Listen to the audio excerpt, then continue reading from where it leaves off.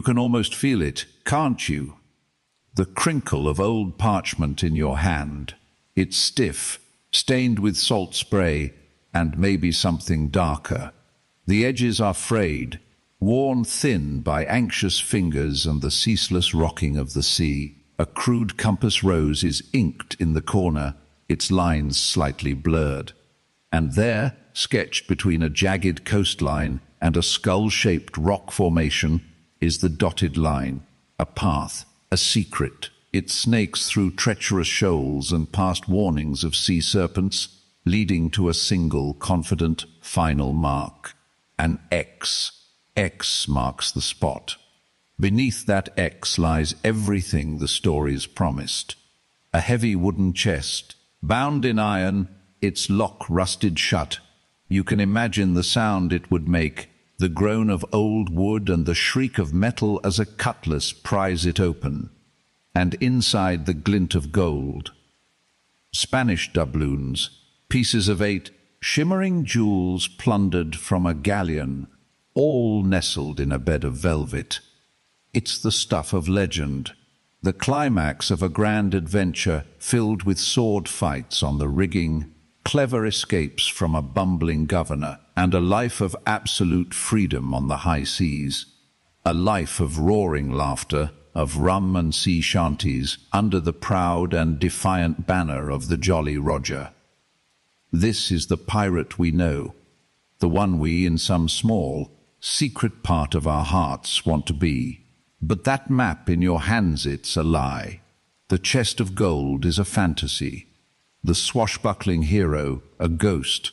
The entire story is a mirage, shimmering over a landscape of such profound misery, desperation, and brutality that the truth of it would curdle the rum in your stomach. The real story isn't one of adventure. It's a story of survival, a howl of rage against a world that had already sentenced you to death. Welcome to the Dark Historian. To understand the real pirate, you have to throw that treasure map overboard. You have to let it sink into the dark water until it's just a memory. Because the real story doesn't begin with a quest for riches. It begins with a desperate escape from a world far more terrifying than any kraken lurking in the deep. We call it the Golden Age of Piracy. The name itself sounds grand, doesn't it? It evokes images of a sprawling, decades-long empire of sea rovers. But the truth is, this so-called age was barely a flicker in the grand sweep of history. A brief, violent and chaotic period lasting from about the 1690s to the late 1720s. Just a single generation. A flash of gunpowder in the dark. It wasn't an empire. It was a symptom, a fever that broke out in the festering wounds of the New World. And the men who raised the black flag, they weren't adventurers seeking glory. They were refugees. They were the disposable refuse of empires, spat out onto the shores of the Caribbean, with nothing to their names but scars and broken promises. To understand why a man would choose a life that almost guaranteed a violent death and the gallows, you have to first look at the life he was running from. And for thousands, that life was on a sugar plantation. Imagine the Caribbean sun. Not the gentle warmth of a vacation, but a blistering, oppressive hammer of heat that beats down from a cloudless sky. It reflects off the white sand, blinding you. The air is thick, wet, and heavy. It sticks in your throat. It smells of sickly sweet molasses, of rot, and of human sweat. This is the world of the sugar cane field. And you are an indentured servant. Maybe you were a farmer in England, your land enclosed and taken from you. Maybe you were a debtor, thrown in prison with no hope of release. Or maybe you were just a boy in London, lured by a fast-talking agent with promises of a new life. of land and opportunity in the Americas. He told you it was just a few years of work. 7 years, maybe 10. You sign a piece of paper you can barely read. You're bundled onto a ship where disease runs rampant, and you cross the Atlantic in a suffocating, filthy hold. When you arrive, the promise of a new life curdles into a nightmare. You are, for all intents and purposes, a slave.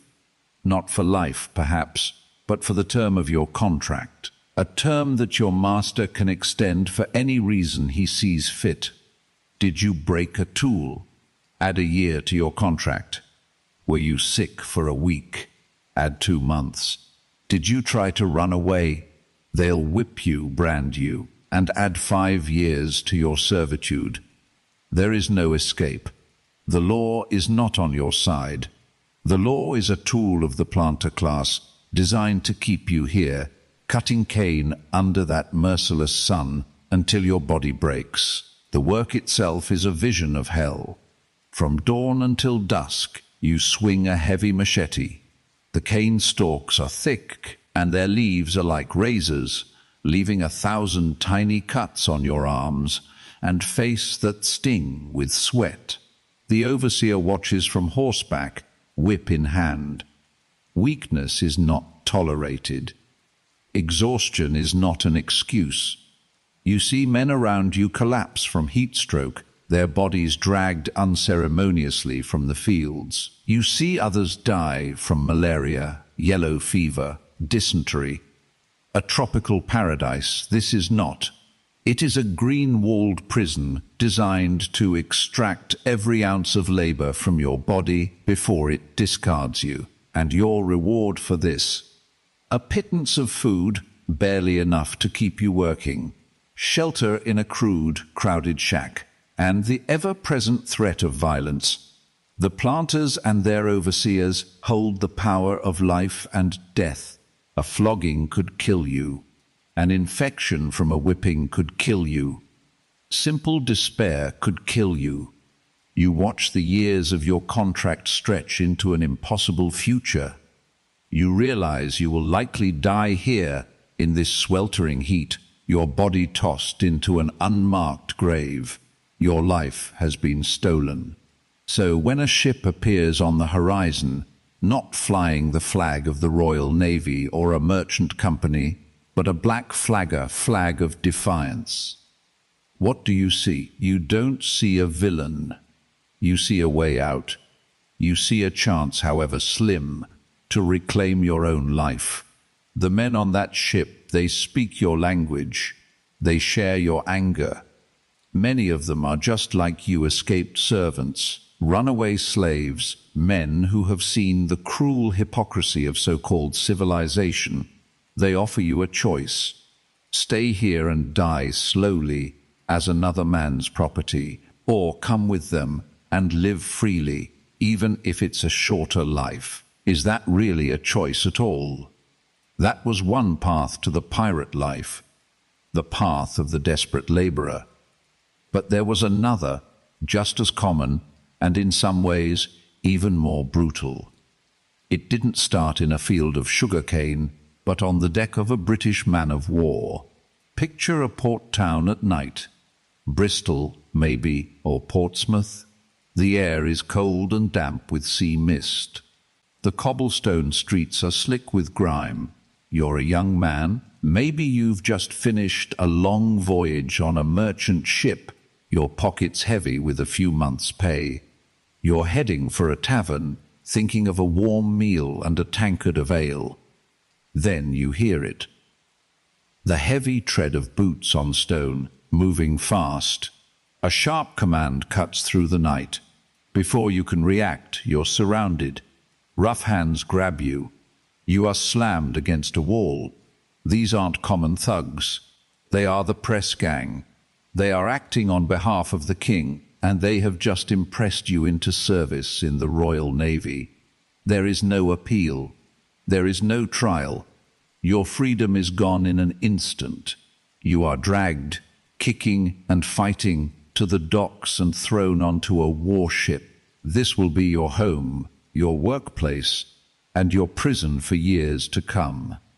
The life of a sailor in the Royal Navy was, as one observer famously put it, a world where no one would go, but that they are in hopes of leaving it soon. The conditions are appalling. You are crammed below decks with hundreds of other men in a space that is dark, airless, and crawling with vermin. The hammocks are slung so close together you can feel the breath of the man next to you. Sickness is constant.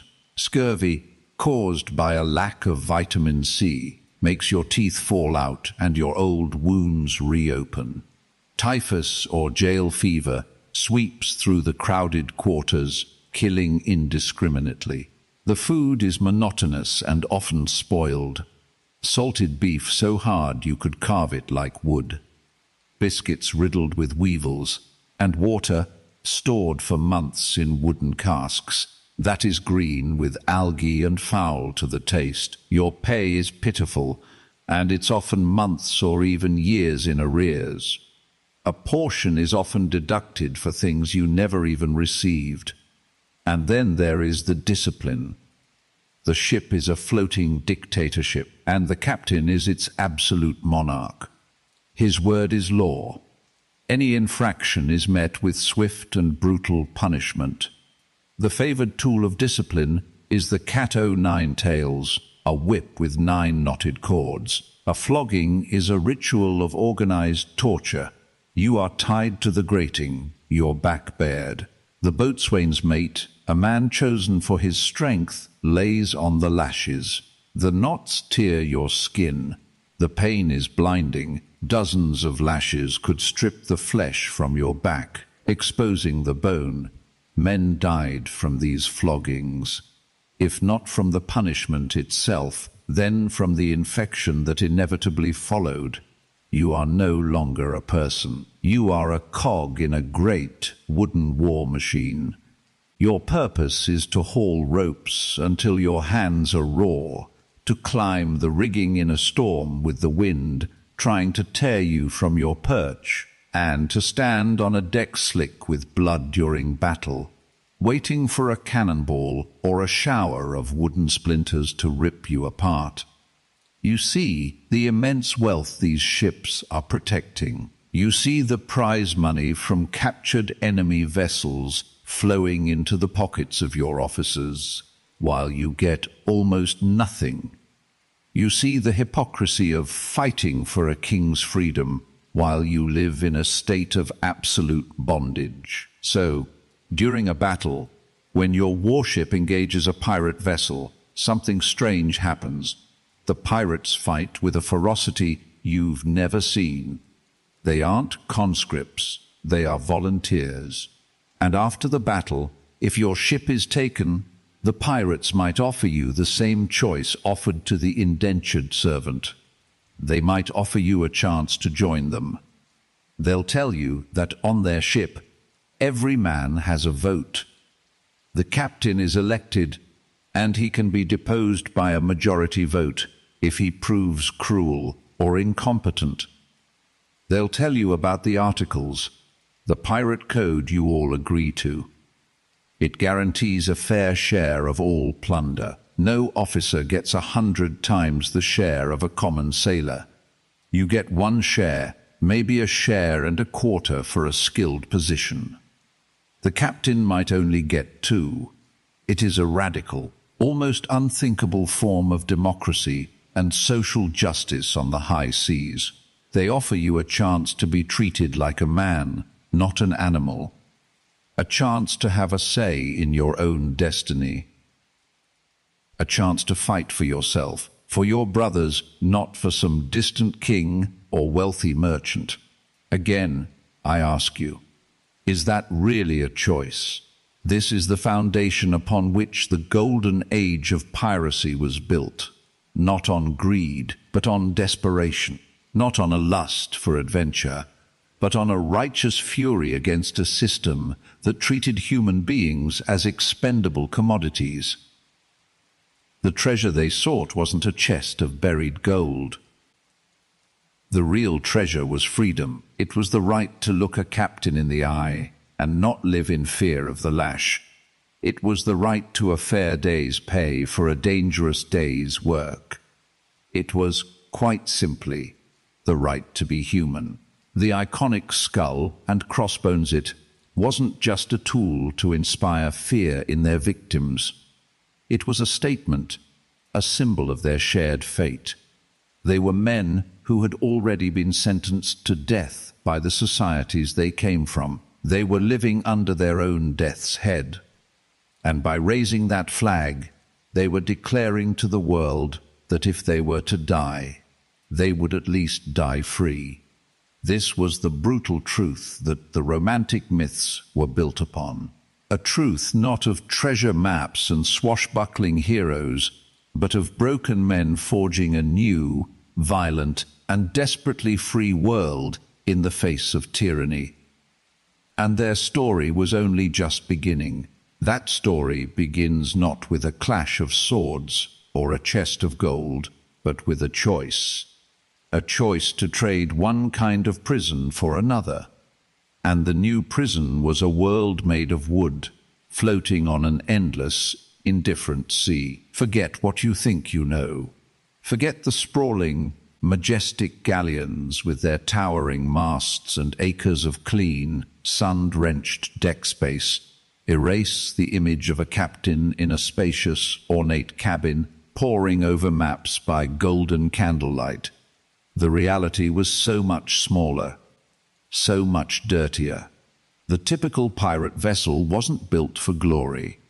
It was stolen for a purpose. It was often a sloop or a schooner, a fast, nimble ship designed for coastal trade. Small, agile, and shallow-drafted, perfect for chasing down merchant ships and disappearing into hidden coves where the big naval warships couldn't follow. They were tools, brute instruments of commerce raiding, and you, as a new recruit, would learn their intimate, ugly truths very quickly. Your first lesson is about space. There isn't any. These ships were already cramped when they carried legitimate cargo and a skeleton crew. But pirates packed them to the rafters. A ship designed for 15 sailors might now hold 80, or even over 100. Why? Because pirate warfare was about overwhelming force. It was about intimidation and manpower. More men meant more hands to sail the ship, more cannons to man, and a more terrifying boarding party. The cost of that strength was your world shrinking to almost nothing. Below deck, where you sleep, there is no light. The air is thick, and it doesn't move. It's a cocktail of smells that you will never forget. There's the sour, suffocating stench of dozens of unwashed men, packed together in the humid dark. There's the sharp, chemical bite of tar, used to seal the hull, a smell that clings to the back of your throat, and underneath it all, a smell that is the very soul of the ship, the bilge. The bilge is the lowest part of the vessel, the space at the very bottom of the hull, and everything ends up there.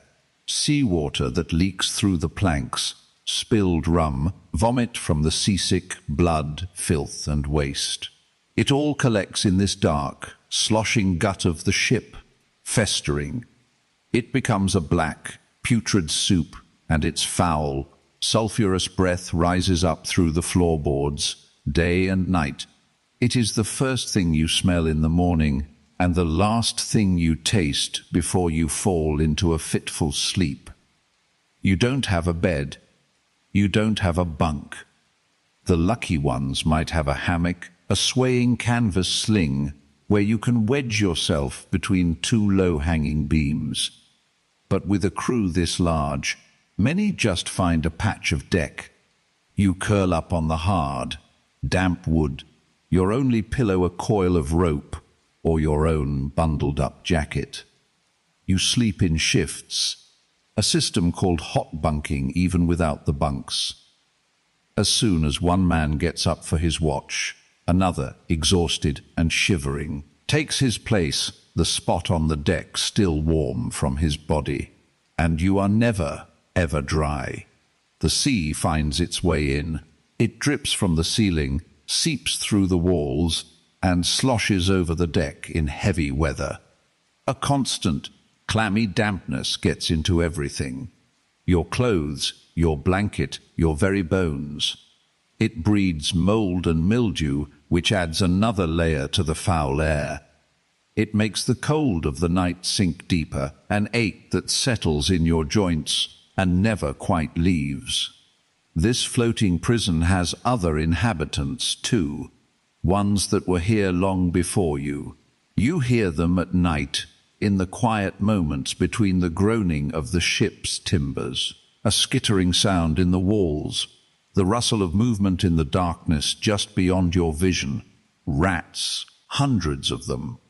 They are as much a part of the crew as you are. They are bold and fearless, scurrying over your sleeping body in the dark, their claws scratching against the wood. They are a constant battle, a plague you can never defeat. They get into the food stores, contaminating what little you have with their droppings. They chew through ropes, sails, and wooden barrels. They carry disease. They are a living, breathing symbol of the decay that surrounds you, and they are not alone. Cockroaches swarm in the galley. Lice and fleas infest your clothes and hair, a constant source of itching and misery. In the tropics, mosquitoes descend in clouds, leaving painful, swelling bites and carrying fevers that can burn a man out in days. This isn't an adventure. It's a war of attrition against filth. But the true heart of the misery, the daily grind that wears a man down to his soul, is the food, or what passes for it. The most common thing you will ever eat is called hardtack. It's a simple biscuit made from just flour, water, and sometimes a little salt. It's baked multiple times until it is as hard and dense as a piece of wood, literally. This is by design. It can last for years without spoiling, making it the perfect food for long voyages. The problem is, it's almost inedible. To eat it, you have to break it apart, sometimes with a belaying pin or the butt of a pistol. Then you soak it in whatever you have, water, beer, or a thin stew, until it softens into a mush. But you quickly learn to do this in the dark, or to tap the biscuit on the table before you take a bite. Why? Because the other primary ingredient in hardtack is weevils. The flour barrels become infested, and the beetles lay their eggs inside the dough before it's baked. The larvae then hatch inside the biscuit and begin to eat their way out. When you break a piece of hardtack open, it is often crawling with them, a writhing, living mass. The old sailor's joke is to call them extra meat. You learn to eat them. You learn not to think about it. Hunger is a more powerful force than disgust. The other staple is salted meat, usually beef or pork, packed in barrels of brine. They call it salt horse or salt junk, and it is just that, junk. The meat is of the lowest quality, and after months or even years in the barrel, it becomes something else entirely. The color turns a sickly grayish green. The texture is like shoe leather, so tough you can barely chew it. And the salt, the overwhelming, burning salt, it has so thoroughly permeated the meat that it dries out your mouth and leaves you desperate for water, a desperation that is its own special kind of hell. Because water is the most precious and most dangerous thing on the ship. You can't drink seawater, it will kill you. So you rely on the fresh water you can carry in barrels. But that water doesn't stay fresh for long. Within weeks, it becomes stagnant. Algae or green scum grows on the surface. It starts to smell like a swamp, and it tastes even worse. It becomes thick, slimy, and undrinkable. And it harbors bacteria that can tear through a crew with dysentery, a sickness they called the bloody flux. It was a miserable, dehydrating, and often fatal illness that could turn the lower decks into a charnel house. This is why pirates craved alcohol. Rum, in particular. It wasn't just for getting drunk. Rum was safe. The alcohol killed the bacteria. They would mix it with the foul water to make it palatable and to disinfect it. This mixture, called grog, became the daily drink for many sailors. It staved off dehydration and disease, but it came with its own costs, fueling the anger and violence that simmered just below the surface of life on board. Living in this filth, on this diet, your body begins to break down. And there is one disease, one slow, creeping horror that every sailor feared more than a cannonball or a Spanish sword. They called it the scourge of the sea. We call it scurvy. They didn't know it was caused by a lack of vitamin C. They thought it was caused by the bad air, the dampness, or a poor disposition. All they knew was its terrifying progression. It starts with a feeling of deep exhaustion, a weariness that sleep can't fix. Your joints begin to ache, a dull, throbbing pain. Then your gums start to change. They become soft and spongy, swelling up over your teeth. They turn a dark, purplish color and begin to bleed at the slightest touch. Your breath becomes intolerably foul. Then your teeth loosen in their sockets until you can wiggle them with your tongue. Eventually they just fall out. Dark, ugly splotches appear on your skin, especially on your legs, as blood vessels beneath the surface rupture. But the most terrifying part, the thing that seemed like a supernatural curse, was what it did to old injuries.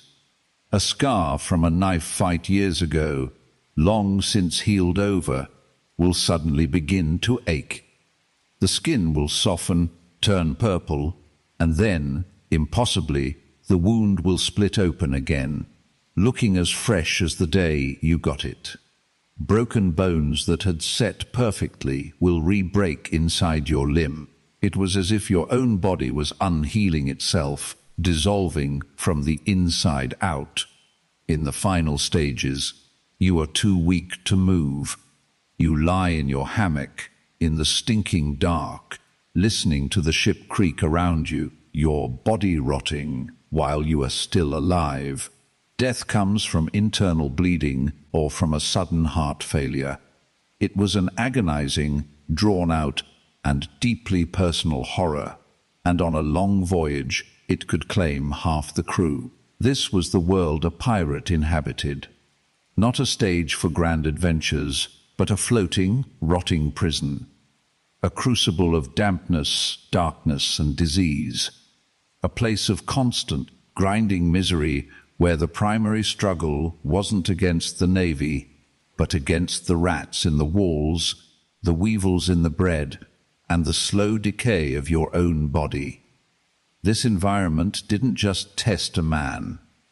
It remade him. It stripped away everything but the hardest, most desperate core of his being. How could anyone endure this? How could a society, even a brutal one, function under such conditions?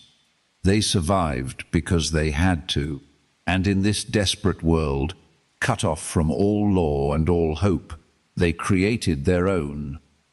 To live in this wooden hell, they forged a new set of rules, a new way of life, built not on the laws of kings or countries, but on a foundation of shared misery and brutal pragmatism. A code. And it is in that code that we find the true, dark heart of the pirate world. It wasn't a grand charter of rights, written on fine parchment by bewigged philosophers in a sunlit room. You have to banish that image from your mind. This was a thing of grit and desperation, A set of rules scrawled out by a man with tar-stained fingers on a stolen ship's log, the paper already damp with sea spray. It was a promise made between thieves, murderers, and runaways, and it was often the only thing standing between a functioning vessel and a floating madhouse. This code, these articles of agreement, were born from necessity. Imagine the scene. You're on a captured sloop somewhere in the humid stillness of the Caribbean. The sun beats down on the wooden deck, making the pitch between the planks soft and sticky. The air is thick with the smell of sweat, cheap rum, and the lingering metallic tang of recent bloodshed. Around you are dozens of men from every corner of the world. English deserters, escaped African slaves, disgraced French merchants, Irish rebels, men who trust no one, because the world has given them every reason not to. How do you control a group like this? How do you get them to work together, to risk their lives for a common goal, when every single one of them is driven by self-preservation and a deep-seated hatred of authority? You can't use the whip and the cat-o'-nine-tails like a Royal Navy captain. They've already run from that. You can't appeal to patriotism. They have no country. You have to give them something they've never had before. A voice, a stake in the game. You have to build a new society from scratch, on a few planks of wood floating over 1,000 feet of dark water. And so the articles were drawn up. They would gather around the capstan, or in the cramped great cabin, the light of a single swaying lantern casting long, dancing shadows on their hardened faces. One man, someone literate, would read the articles aloud. Each point debated, sometimes fiercely, until a consensus was reached. Then the book would be laid open. Beside it, perhaps a Bible, or a pair of crossed pistols, or even a human skull taken from a previous victim. A holy and unholy trinity of oaths. One by one, the men would step forward. Those who could write would sign their name. Those who couldn't would make their mark. An X, a simple, brutal cross that bound them to the ship, to each other, and to a life outside the law. With that mark, they ceased to be subjects. They became citizens of their own dark republic. The very first article, in almost every pirate code, was a revolution in itself. The crew would choose its captain by a majority vote. Think about what that meant. These men, who had spent their lives being told what to do by officers who bought their commissions or inherited their rank, were now in command of their own fates. The captain was not their master. He was their employee. His power was absolute, but only in specific circumstances. In the heat of battle, his word was law. To disobey an order during a chase or a fight was treason, punishable by death. He was the strategist, the leader who had to make split-second decisions that meant the difference between a hold full of gold and a watery grave. But the moment the fighting was over, that power vanished.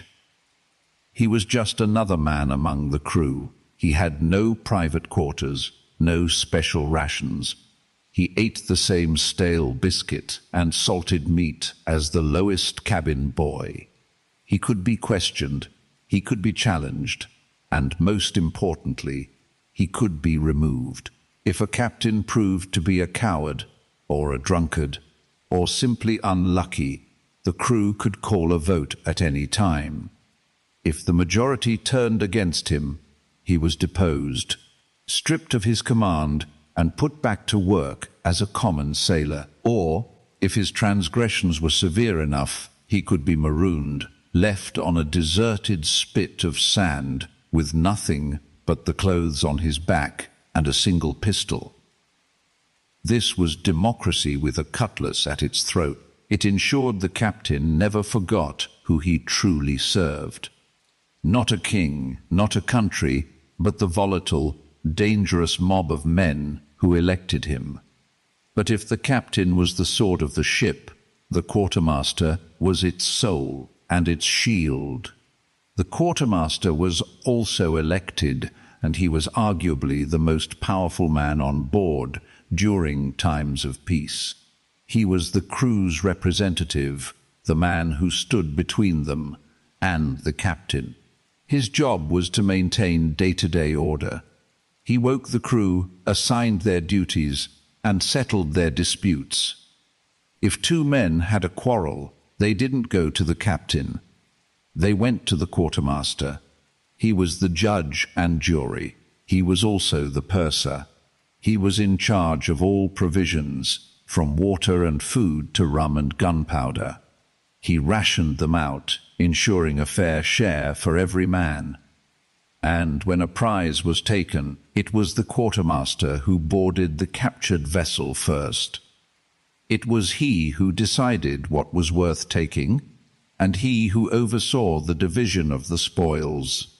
He held the trust of the crew in his hands. He was their voice, their protector, their magistrate.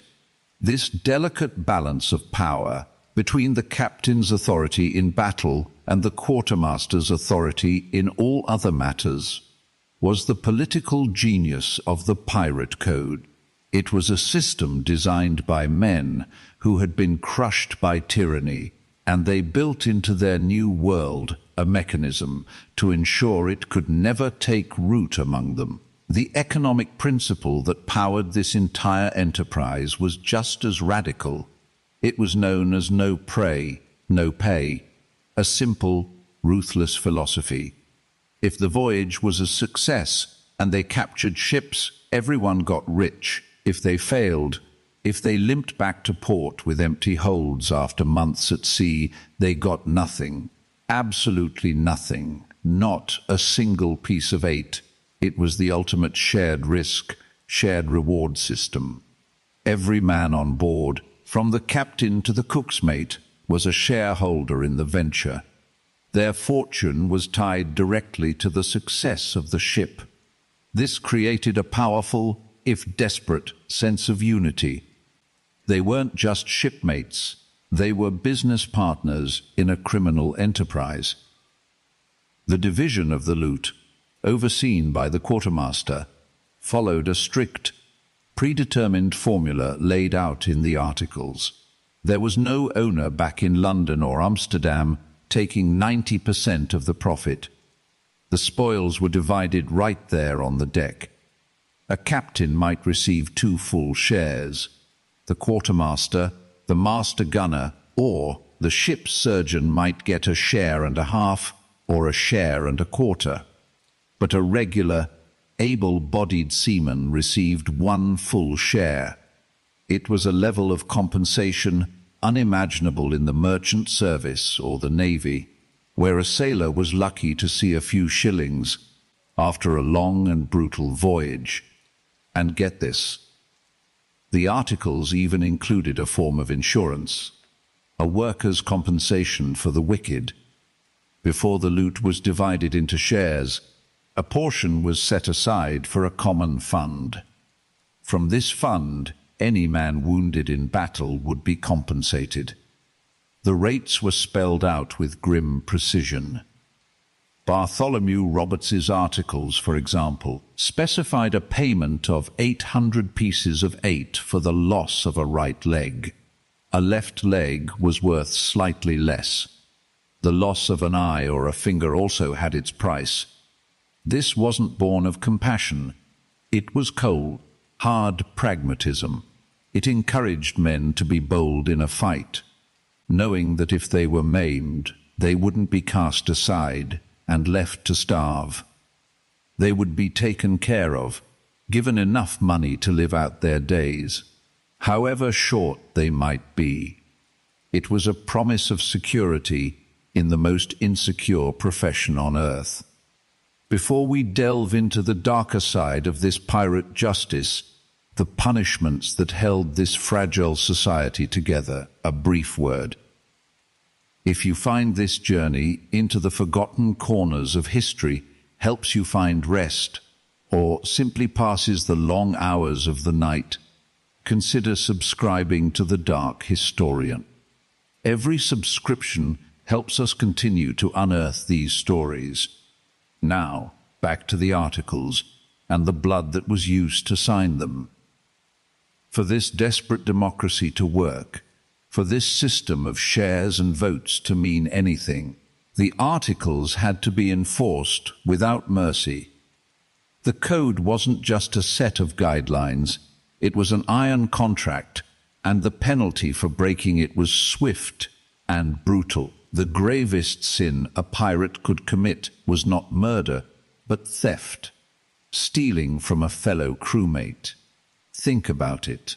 On a ship where trust was already stretched to its breaking point, where every man was an armed and dangerous individual, the one thing that had to be sacred was personal property.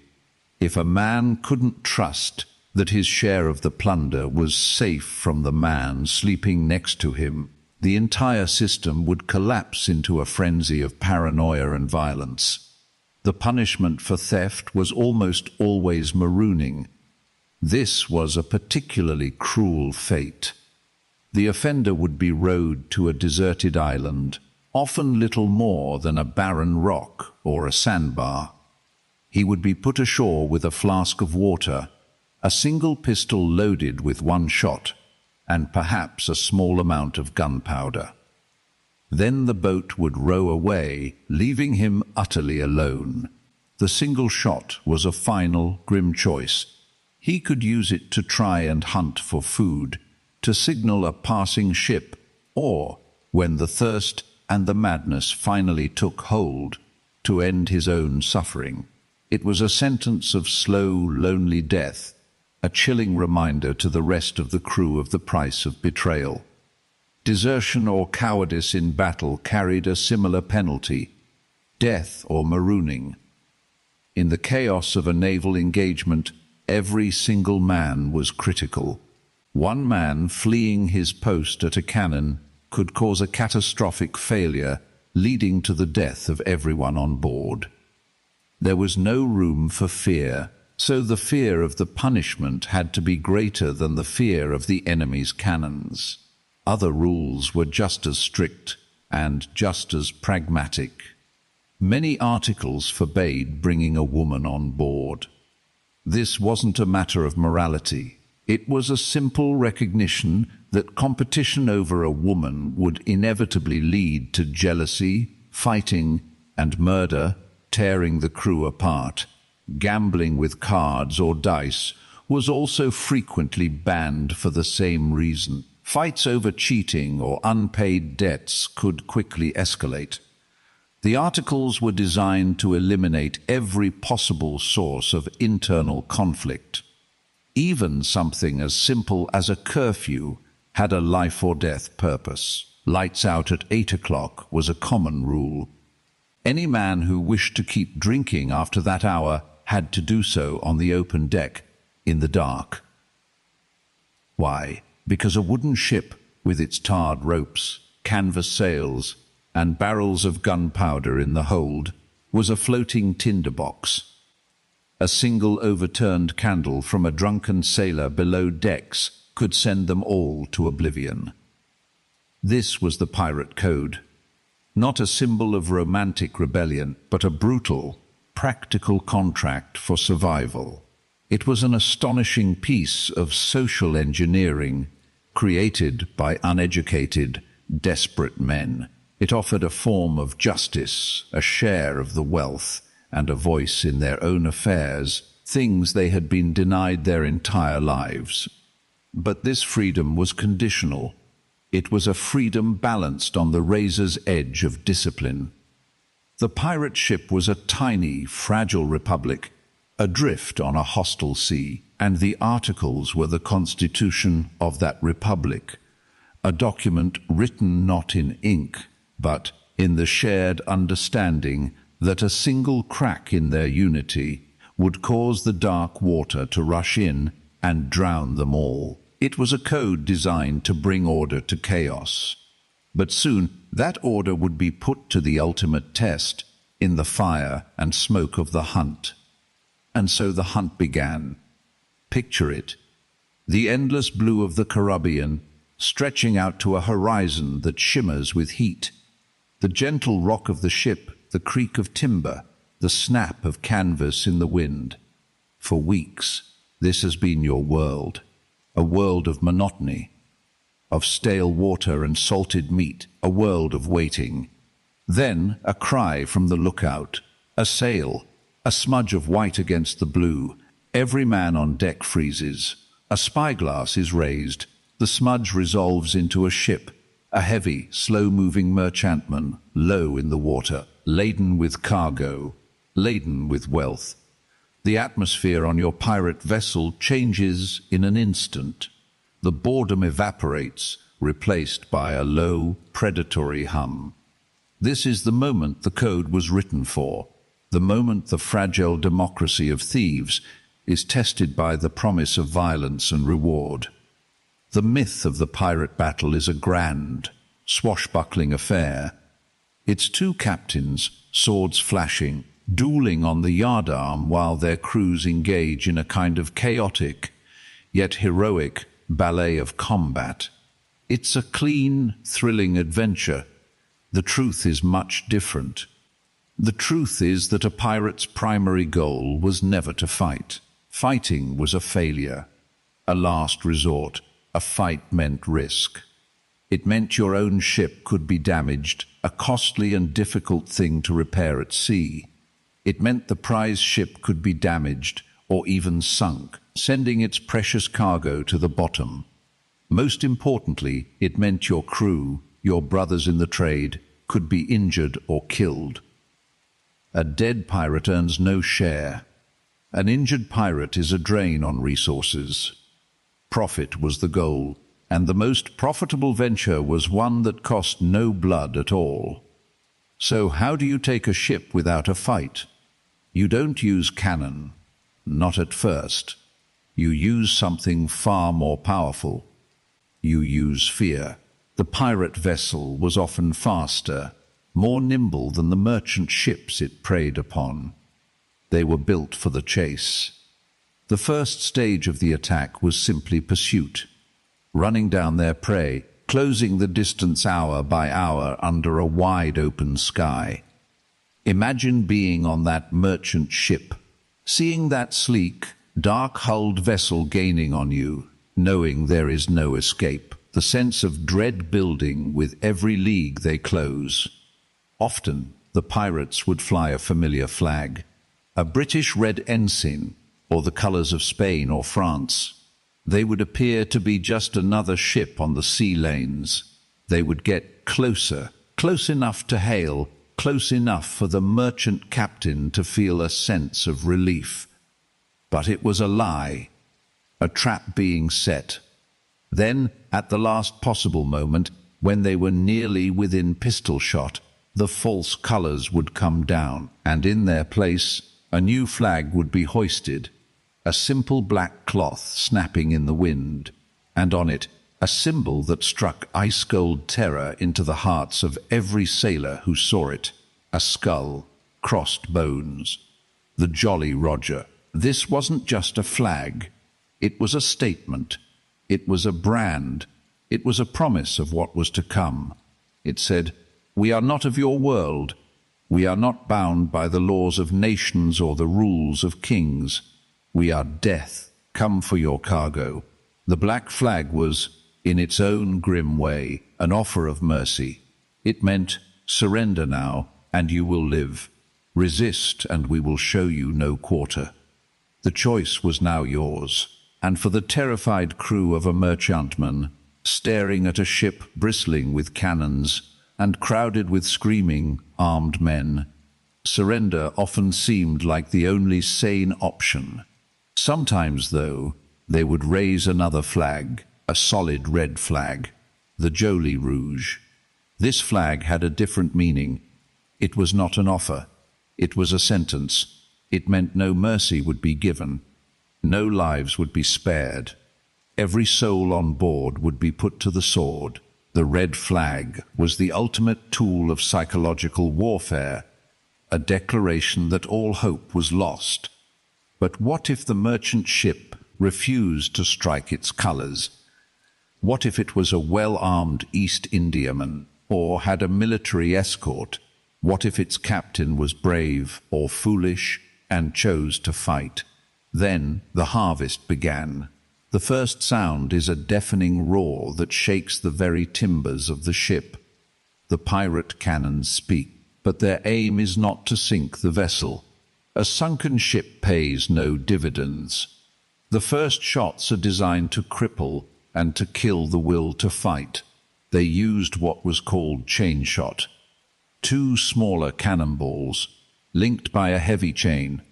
When fired, they spun through the air like a deadly bowlers, designed to shred rigging and snap masts, leaving the target ship dead in the water, helpless. Then came the anti-personnel shots. Grape shot, canister shot. Essentially, the cannon becomes a giant shotgun. It fires a canvas bag filled with musket balls, nails, scrap iron, and bits of chain. This cloud of metal scythes across the deck of the enemy ship, a storm of flying shrapnel that tears through flesh and bone. It wasn't meant to be precise. It was meant to maim, to create chaos, to fill the air with the screams of the wounded. And get this, one of the most feared projectiles wasn't even the iron. It was the wood. A cannonball smashing into the thick oak hull of a ship would send a shower of wooden splinters, some as small as needles, others as large as daggers, flying across the deck. These splinters caused horrific, jagged wounds, embedding themselves deep in muscle and gut. More sailors were killed or wounded by splinters than by cannonballs themselves. The air fills with thick, acrid smoke. It stings your eyes, clogs your throat. You can barely see the ship next to you, but you can hear it. The crack of wood, the roar of the guns, and the screaming. Always the screaming. When the ships are finally side by side, grappling hooks are thrown, binding the 2 vessels together in a fatal embrace. And the pirates board. This is not a duel. It is a wave of desperate, brutal men crashing onto the deck. They are armed with crude, effective tools of butchery. The cutlass, a short, heavy, single-edged sword. It's not for fencing, it's for hacking, for cleaving through a limb or a skull in the tight, chaotic press of bodies. They carry flintlock pistols, but these are notoriously inaccurate and take a long time to reload. Most pirates carried several, preloaded in a sash. They would fire one, drop it, or use it as a club, and draw another. The blunderbuss, a short-barreled firearm with a flared muzzle, was devastating at close range, spraying a cone of lead balls across a wide area. And they carried boarding axes, perfect for cutting through ropes, doors, and men. The fighting was a maelstrom of noise and violence that was usually over in minutes. It was a desperate, ugly, hand-to-hand struggle for survival. There was no honor in it, only pain and death. And after the screams faded, after the prize was taken and the surviving merchant crew was rounded up, the true cost of the battle had to be paid. For the pirates, this was not just in the dead, but in the wounded. Back on the pirate ship, there was no clean, bright infirmary. There was no trained surgeon with a case of gleaming instruments. The man who tended to the wounded was often the ship's carpenter. Why the carpenter? Because he had the best saws. Or sometimes it was the cook, because he knew how to cut meat. This was the grim reality of pirate medicine. The surgeon's table was a bloody plank laid across 2 barrels on the main deck. The only anesthetic was a bottle of rum, forced down the throat of the screaming man, being held down by his crewmates. The surgeon himself would likely take a long swig as well, to steady his own nerves. Imagine the scene: a man with his leg shattered by a cannonball, the bone sticking out through the skin, or a deep, gaping wound in his belly from a cutlass. The carpenter, his hands already stained with wood tar and now with blood, would assess the situation. For most serious limb injuries, there was only one solution: amputation. The man would bite down on a leather strap to keep from biting his own tongue off. His friends would hold him down, their knuckles white, and the carpenter would begin to saw through flesh and bone. The sound is something you would never forget: a wet, grating noise punctuated by the raw, animal screams of the patient. There was no concept of sterile procedure. The saw was likely the same one used to repair the mast an hour earlier. Once the limb was off, the bleeding had to be stopped. This was done by cauterization. A metal tool, or even the flat of an axe head, would be heated in the galley's fire until it glowed red-hot. Then it was pressed against the open stump. The hiss and smell of burning flesh would fill the air as the heat seared the blood vessels shut. Another wave of agony for the patient, who would often pass out from the pain, if he was lucky. If you survived the procedure itself, your ordeal was just beginning. Infection was the great killer. Gangrene, tetanus, a wound packed with dirty rags and left in the filth of a crowded ship, was a breeding ground for bacteria. The surgeon might pour more rum into the wound, or even tar, believing it would seal it. But in reality, your chances were slim. To be wounded in a pirate battle was often a delayed death sentence. This was the red harvest. This was the truth behind the adventure. Every piece of eight, every gold doubloon, every bolt of silk in the captain's cabin was paid for with this currency of pain and blood. For a pirate, the decision to fight was the decision to risk this horrific fate. It was a gamble taken in a world where life was cheap and a quick death was often the kindest one available.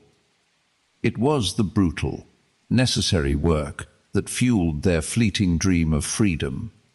And for those who survived it, who walked away from the blood-soaked decks with their lives and a share of the plunder, a new chapter would begin.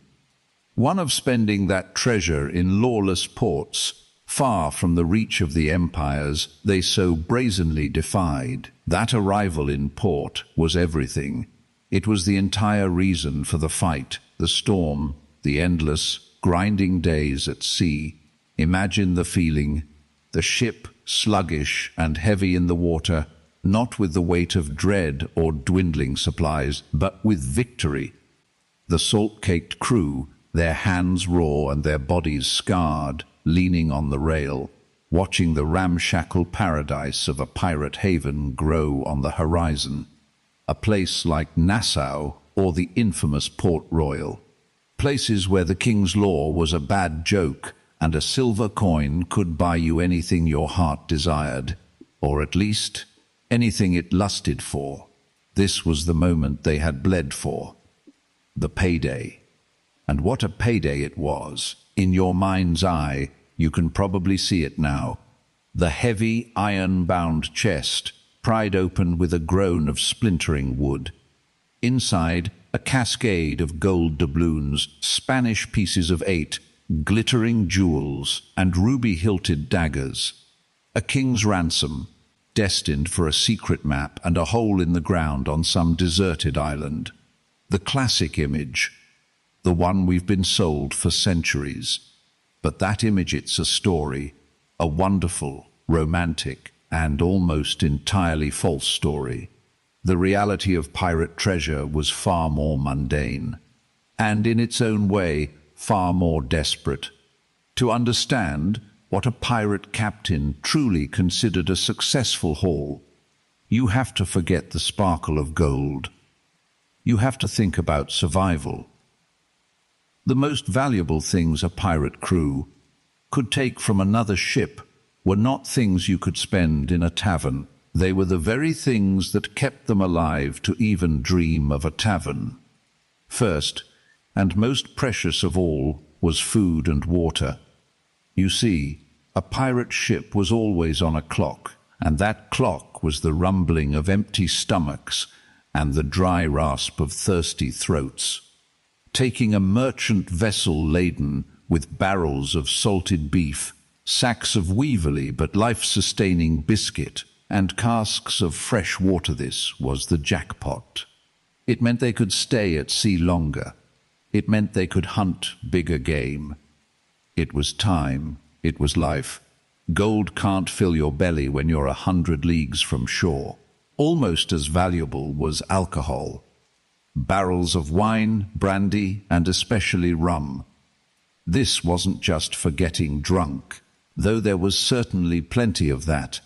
Rum was a currency of its own on board. It was part of the daily ration, a small comfort in a brutal existence. It was used to sterilize wounds, a crude anesthetic before a grislier surgery. And it was the ultimate tool for morale. A crew with rum was a happy crew. A dry crew was a crew on the verge of mutiny. When pirates captured a ship, the liquor was often the first thing they went for, a sign that their immediate future was secure. Then came the tools of the trade. Every league sailed, every storm weathered, every battle fought took a toll on the ship itself. Rope frayed, canvas sails ripped and tore, the wooden hull sprung leaks that needed constant patching with tar and oakum. So, when pirates boarded a prize, they weren't just looking for cargo. They were stripping the victim ship bare. They took spare coils of rope, bolts of uncut sailcloth, anchors, chains, hammers, saws, and nails. They took navigational instruments like astrolabes and compasses, which were incredibly valuable and difficult to come by. This wasn't looting so much as cannibalizing. They were devouring another vessel to keep their own alive, to patch their own wounds so they could continue the hunt. Every spar, every plank, every keg of tar was a piece of treasure that extended their bloody career. And what about medicine? In an age where a simple infection could kill a man, a ship's surgeon's chest was worth more than its weight in silver. Inside, you would find laudanum for pain, quinine to fight the fevers of malaria, and mercury to treat the pox that ravaged sailors in every port. You would find bandages, scalpels, and the dreaded amputation saw. To a pirate crew, many of whom were nursing old wounds and suffering from chronic illnesses, capturing a well-stocked medical chest could mean the difference between a slow, agonizing death and living to fight another day. Of course, they did steal things of monetary value. They took whatever cargo the merchant was carrying. This was rarely chests of gold. More often it was barrels of sugar, crates of tobacco, bolts of fine silk or Indian cotton, and exotic spices. These were commodities, goods to be fenced, sold quickly and cheaply to a network of smugglers and corrupt merchants in those lawless ports. The goal wasn't to get the best price. The goal was to turn it into coin as fast as humanly possible. Because here is the central truth that shatters the myth of buried treasure. Pirates were not long-term planners. They were not building a retirement fund. Their philosophy was brutally simple: live for today. For tomorrow, you will almost certainly be dead. The average career of a pirate during the Golden Age was just a few years. They died in battle, they were lost in storms, they succumbed to disease, or they danced at the end of a navy rope. Saving for a future that would never come was the act of a fool. So when they did capture coin, or when they sold their stolen goods, the process was swift and ruthlessly fair, at least by their standards. Everything was governed by the ship's articles, the code they had all agreed to and signed. The plunder was brought on deck, and the quartermaster, the crew's representative, would oversee its division. It was a remarkably democratic process for such a violent profession. The captain might receive 2 shares. The quartermaster, the surgeon, and the master gunner might get a share and a half. Every other man before the mast received 1 full share.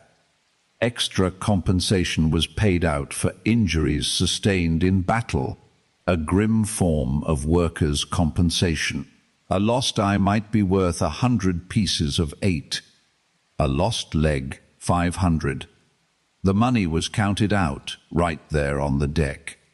And once it was in a pirate's hands, it started to burn a hole in his pocket. There was no communal bank. There was no trust fund. There was only the promise of the next port and the oblivion it offered. Picture that scene. The ship finally anchors. The divided money is clutched in sacks and pockets. The men pour ashore like a conquering army, descending on the taverns, brothels, and gambling dens. And the treasure vanishes. It flows like water through their fingers. It's spent on oceans of liquor, on lavish feasts of fresh meat and fruit after months of salted pork. It's wagered on the turn of a card or the roll of a die, fortunes won and lost in a single night. It's spent on fine clothes they might only wear for a week, a pathetic attempt to mimic the gentry they so despised. A pirate might come into port with a share worth thousands of dollars in today's money, and a fortnight later be utterly destitute, forced to sign back on for another voyage. The merchants and tavern keepers of these pirate towns grew rich, but the pirates themselves remained trapped in a cycle. Steal, divide, squander, then back to the sea to do it all over again. The money wasn't the point. The spending was. The brief, glorious moment of being a king for a day was the treasure they truly sought. So where did the story come from? How did this fantasy of buried treasure chests and secret maps become the single most enduring pirate myth of all? Like many great legends, it has a tiny kernel of truth, which was then blown into epic proportions by fiction. The kernel of truth has a name: Captain William Kidd. Kidd was not your typical pirate. He started as a privateer, a government-sanctioned pirate hunter, but the lines blurred, and he was eventually branded a pirate himself. In 1699, knowing he was a wanted man, he sailed to Boston to try and clear his name. Before he did, he stopped at Gardiner's Island, off the coast of New York. There, he buried a chest containing a significant amount of gold, silver, and cloth. His thinking was practical. It was evidence. He couldn't sail into Boston with a hold full of plunder while claiming to be innocent. He intended to use its location as a bargaining chip with the authorities. It didn't work. The treasure was dug up on the governor's orders, and Kidd was sent to London, tried and hanged. But the story of his buried treasure, the one verifiable case in the entire Golden Age, caught fire. It became a sensation.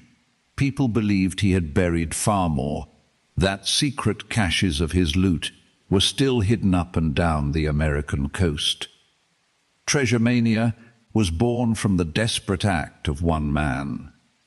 But the real architect of the myth, the man who took that single historical footnote and turned it into the legend we know today, never sailed a pirate ship. His name was Robert Louis Stevenson.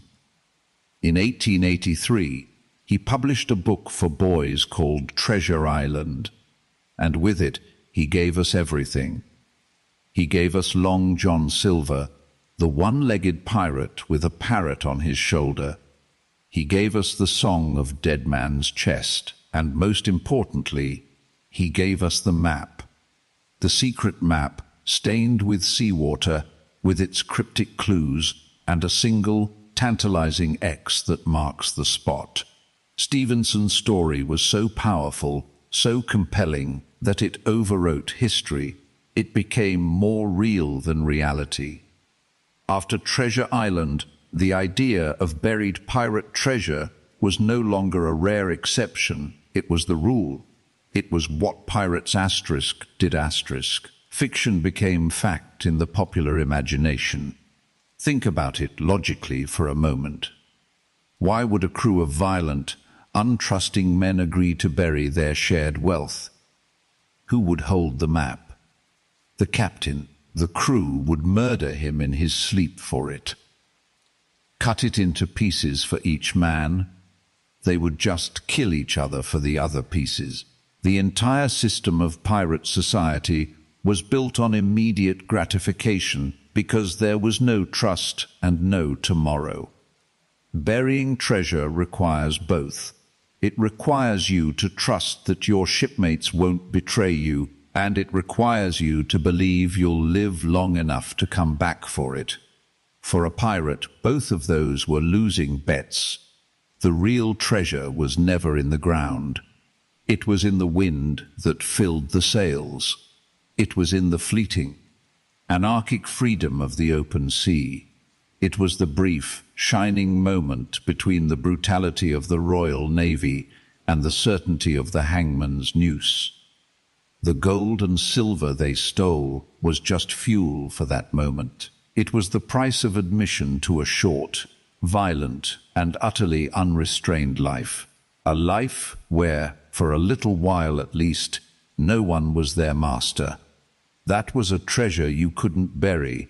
You could only live it and then die for it. And when it came time to die for it, every pirate prayed for the same thing: a good death.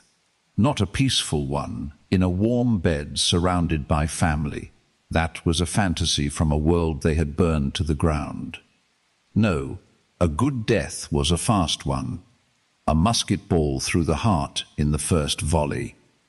The clean, quick slice of a cutlass in the heat of a boarding action. A final, roaring breath as you go over the side, locked in combat with your enemy. Anything but the alternative, because the alternative was the truth. It was the slow, creeping, silent killer that stalked every single man on board. The enemy they couldn't see, couldn't fight, and could never, ever outrun. It was the rot. The rot of the ship's timbers, the rot of the salted meat in the barrels, and most of all, the rot that grew inside a man's own body. This was the great, unspoken horror of a pirate's life. It wasn't the gallows or the cannonball that was most likely to claim you. It was a slow, agonizing, and deeply undignified wasting away in your own filth, deep in the stinking hold of a ship far, far from home. Welcome to The Dark Historian. To understand this world of pain, you have to start with the very air they breathed, the water they drank, the food they ate. It was a perfect storm of deficiency and disease. The most famous of these shipboard killers, of course, was scurvy. You've heard the name. You probably picture a pirate with a few missing teeth. But the reality is a nightmare. Scurvy wasn't just about your teeth. It was the complete and total breakdown of your body's ability to repair itself. It begins subtly, a deep weariness in your bones, an ache that never quite leaves. Then your skin starts to change. Strange spots, like old bruises, appear on your legs and arms. Your gums begin to swell, turning a dark, purplish color, growing soft and spongy. They bleed at the slightest touch. Eating becomes an agony.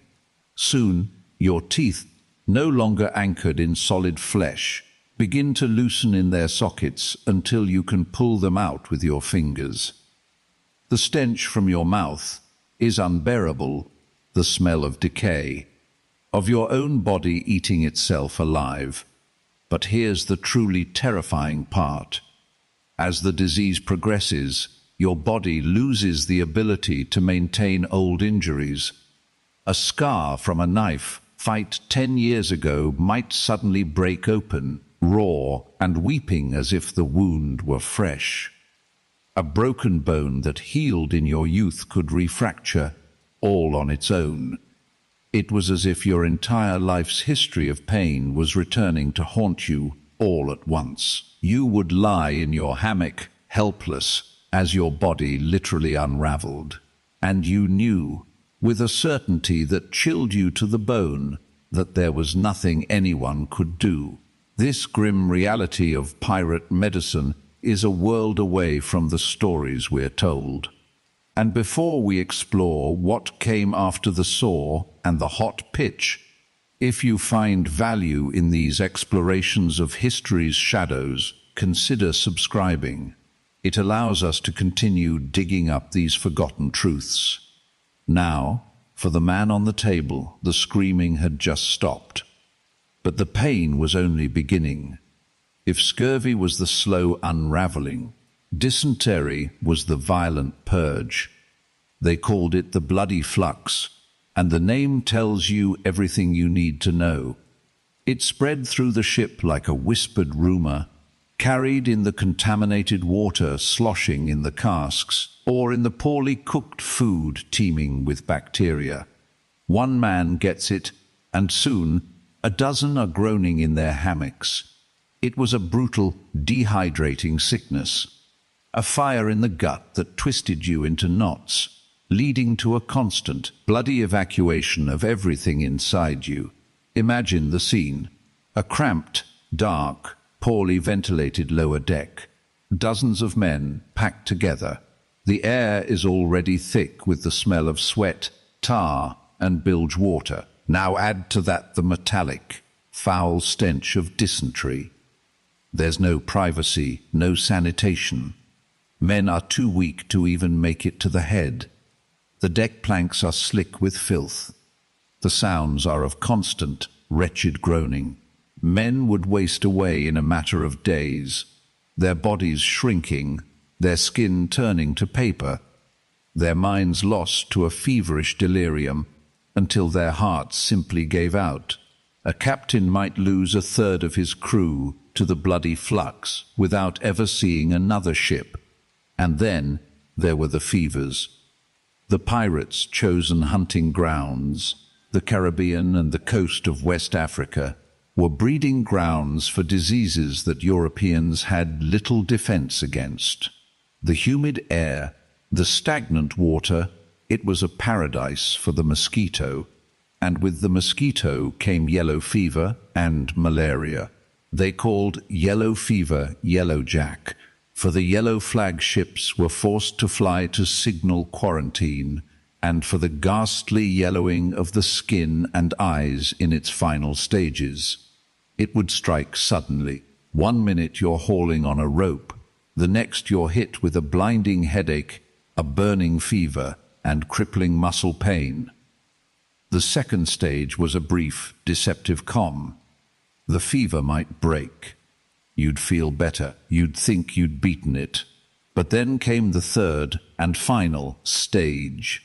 The fever would return with a vengeance. You'd begin to vomit a black, foul-smelling substance, digested blood. Your liver would fail, turning your body that terrifying shade of yellow. Your kidneys would shut down. Most died in this stage, in a state of delirium, bleeding from the eyes, nose, and mouth. It was a swift and terrifying end. Malaria was different. It was a recurring nightmare. The shaking chills would be so violent your teeth would chatter, followed by a raging fever that would cook you in your own sweat. It would break, you'd recover, weak and exhausted, and you'd live in dread of the next attack, which could come days or weeks later. It was a chronic condition that sapped a man's strength, leaving him a ghost of his former self, forever weakened and vulnerable to the other diseases that were always circling. Of course, not all the sickness was contracted from the environment. Much of it was sought out, a consequence of the very freedom they crave. When pirates hit a port town like Tortuga or Nassau, they spent their plunder on the fleeting comforts they'd been denied for months at sea: drink, food, and companionship. But in the brothels of these lawless towns, another silent killer was waiting. Venereal diseases like syphilis and gonorrhea were rampant. In an age before antibiotics, they were a life sentence. Gonorrhea brought immediate, searing pain, but syphilis was the long con.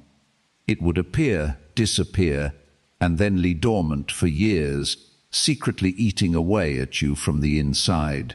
It would attack your nervous system, leading to blindness, paralysis, and eventually a complete descent into madness. A pirate could be feared for his strength and ferocity, all while the great pox was slowly turning his brain to mush. It was the ultimate price for a few nights of stolen pleasure. But what about the more romanticized dangers? What about the clash of steel, the roar of cannon?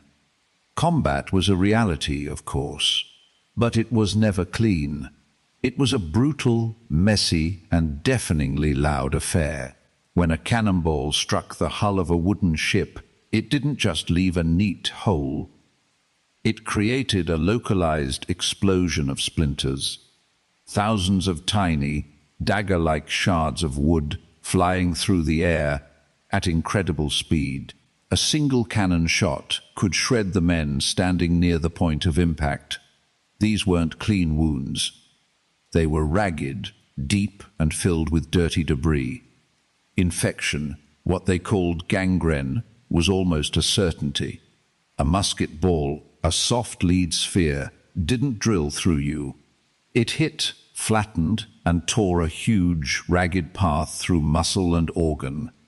If it hit a bone, it shattered it, driving fragments deep into the surrounding tissue. A cutlass wound might look cleaner, but the blade was likely covered in rust and grime.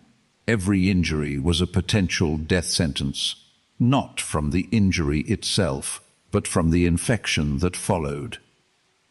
And who was there to treat you? There was no sterile operating theatre. There was the ship's carpenter, or the cook, whoever was best with a knife and a saw.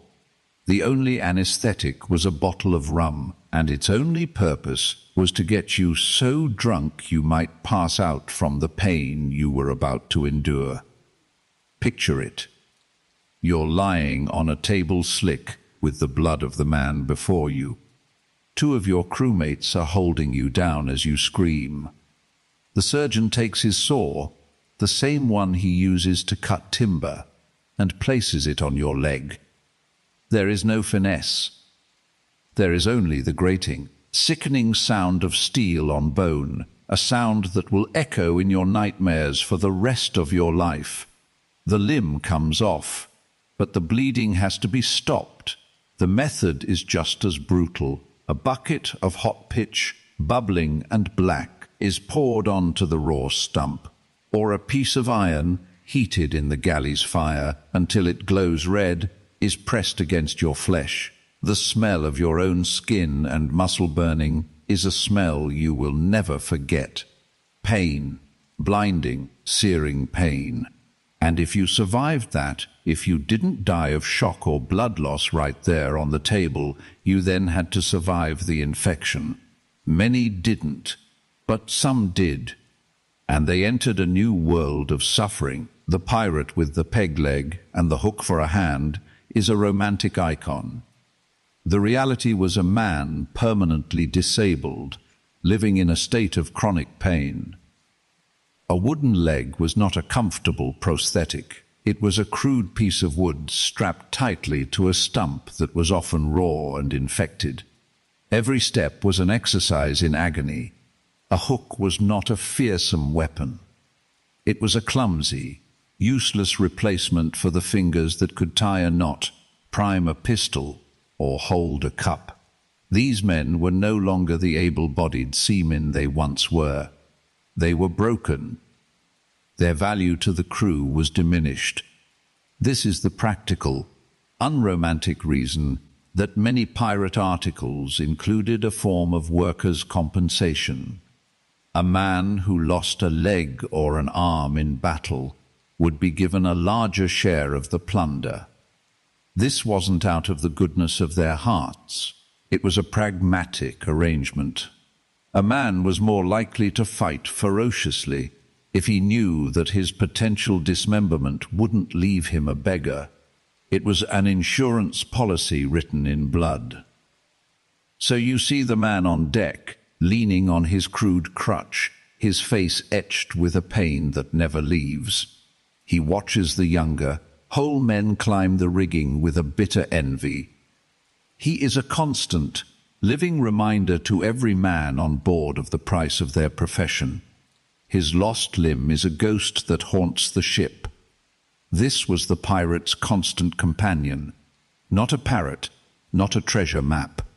It was pain. It was the gnawing emptiness of scurvy, the fiery cramps of dysentery, the shaking fits of malaria, the dull ache of a festering wound, the phantom itch of a leg that was no longer there. Their greatest enemy was never the Royal Navy. It was the microscopic world of bacteria, the vitamin deficiency in their diet, the fragility of their own bodies. The short, violent life of a pirate was often a mercy compared to the long, slow, and agonizing one. For most, the treasure they sought was not gold, but simply an end to the suffering. And so they chased that end. They chased it with a desperation that only men who have stared into the abyss can truly understand. When the holds were full, or the ship was too damaged to continue, or the crew was on the verge of mutiny, the captain would point the bow toward a sliver of land on the horizon. A place that wasn't a home, not really. It was something else, a temporary reprieve, a fleeting paradise. You've heard the names: Port Royal, Nassau, Tortuga. In our modern minds, they conjure images of a swashbuckling utopia, a pirate republic, free from the yoke of kings and empires. A vibrant, thriving city built on rebellion and gold. But you have to scrape away that varnish of romance. You have to get down to the splinters and the rot. To understand what these places truly were, you can't imagine a city. Imagine a fever dream. A temporary encampment that has festered, grown corrupt, and taken on a monstrous life of its own. Picture yourself on the deck of a pirate sloop as it navigates the treacherous coral reefs guarding the harbor of Nassau. For months, your world has been nothing but the creak of timber, the snap of canvas, and the endless, oppressive blue of the sea. You've survived storms, battles, and the slow poison of scurvy. Your pockets are heavy with coins that feel slick with the blood of the men you took them from. As you draw closer, the smell hits you first. It's not the clean scent of salt and sea spray. It's a thick, foul miasma. The stench of unwashed bodies, of cheap rum spilled in the dirt, of rotting fish and human waste. It's the smell of 10,000 desperate people crammed onto a strip of sand with no sanitation and even less law. The sounds come next, a chaotic symphony of human noise, the roar of 100 conversations in a dozen languages, all shouting to be heard over one another. The discordant music of a fiddle played by a man with 3 fingers, dueling with the drunken singing from a nearby tavern. The sharp crack of a pistol shot, followed not by screams, but by a brief, interested silence, and then a cheer as a fight breaks out. This is not a paradise. This is a pressure valve, a place for broken men to vent the horrors they have witnessed and committed before they go mad. The ship drops anchor, and the moment you step onto the rickety wooden pier, the illusion of pirate brotherhood, the fragile democracy of the ship, evaporates. Here, on land, it is every man for himself, and everyone knows you have money. The city is a maze of makeshift shacks, built from scavenged driftwood, broken barrels, and tattered sailcloth. The streets, if you can call them that, are rivers of mud and filth. Pigs and chickens roam freely, picking through the refuse. And everywhere there are people. Disfigured sailors with missing limbs, gaudily dressed prostitutes with vacant eyes, and merchants whose smiles never quite reach their cold, calculating gazes. These are the vultures of the pirate world. They are the ones who get rich. You and your crewmates, you are not investors. You are not planners. You are men who live entirely in the present moment because you genuinely believe you have no future. The money in your pouch isn't for buying land or starting a business, it's for forgetting. And the merchants of Nassau and Port Royal have built an entire economy around selling oblivion. The first stop is always the tavern. Not a cozy inn, but a squalid, smoke-filled shack with a dirt floor. The rum they serve is raw and vicious, more akin to poison than drink. They call it Kill Devil, and for good reason. It burns its way down your throat and sets a fire in your belly, and for a few precious hours it burns away the memories, the faces of the men you killed, the screams of the prisoners, the terror of the last storm. You drink. You drink until the floor tilts and the noise of the tavern becomes a dull, comforting roar. You gamble your silver away on a game of dice with a man who has marked the cubes. You don't care. The winning and losing is not the point. The thrill of the risk, the feeling of something, anything, happening, that is the point. You might buy the company of a woman for the night, seeking a moment of warmth in a cold, brutal world. She will pick your pocket while you sleep. You almost expect it. This is the cycle, the frantic, desperate binge. It's a race to spend every last coin before sobriety, or a knife in the back, can catch up with you. Pirates were known to wander the streets, lighting their pipes with burning banknotes, or pouring brandy onto the floors of taverns and setting it alight. It wasn't about wealth.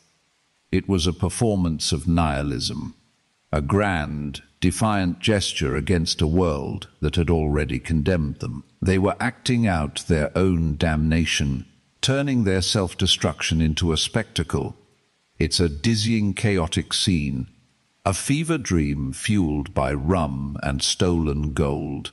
Before we see how this dream inevitably shatters, if you find these deeper histories a comfort in the quiet hours, please consider subscribing. It helps keep the lanterns lit here at the Dark Historian. Now, back to the mud and the music. The proprietors of these havens understood the pirate psyche better than anyone. They knew these men were not long for this world, so they charged them accordingly. A simple meal that would cost a shilling in London would cost 5 in Nassau. A bottle of cheap rum was sold for the price of fine wine. Everything was inflated, a pirate tax levied by the very people who claimed to be their allies. The tavern keepers, the brothel madams, the crooked merchants, they were the true pirates. They plundered the plunderers. They did it without ever having to risk their lives on the high seas. They simply had to build a trap and wait for the desperate men to walk into it. And walk into it they did, every single time. A week, maybe two. That's how long the dream would last. One morning you wake up, not in a bed, but in a filthy alleyway. Your head is a thunderclap of pain. Your throat is as dry as sand. You reach for your coin pouch and find it empty. Of course it's empty. The vibrant, chaotic energy of the port now seems menacing. The shouting sounds like threats. The laughter sounds like mockery. The merchants who were so friendly a week ago now look at you with contempt. You are no longer a customer. You are a vagrant. A problem. The hunger starts to gnaw at your belly. The brief, fiery oblivion of the rum has faded, and the memories come rushing back in, colder and sharper than before. You have nothing. No money, no friends you can trust, and no home. The so-called pirate republic has no safety net. There is no charity here. There is only the relentless churn of commerce and desperation. You see your crewmates drifting back toward the docks, one by one. They look just like you, hollowed out, broke. Their brief moment as kings of the coast is over. They are once again just hungry, desperate sailors with only one skill, the skill of taking things by force. And there, tied to the pier, is your ship, or another one just like it. The quartermaster is on the deck, looking for a new crew. He sees the look in your eyes. He doesn't need to ask. He knows. You sign the articles.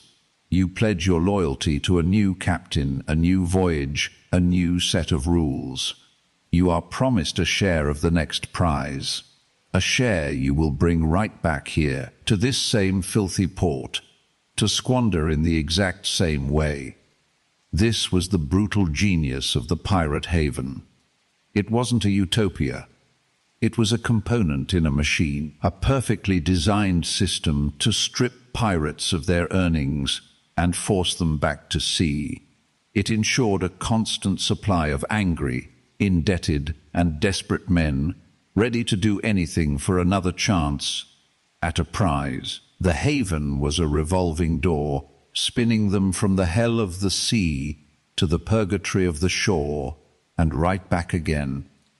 It was a place designed not to free them, but to bind them forever to the life. The freedom of the pirate was the freedom to choose your own poison.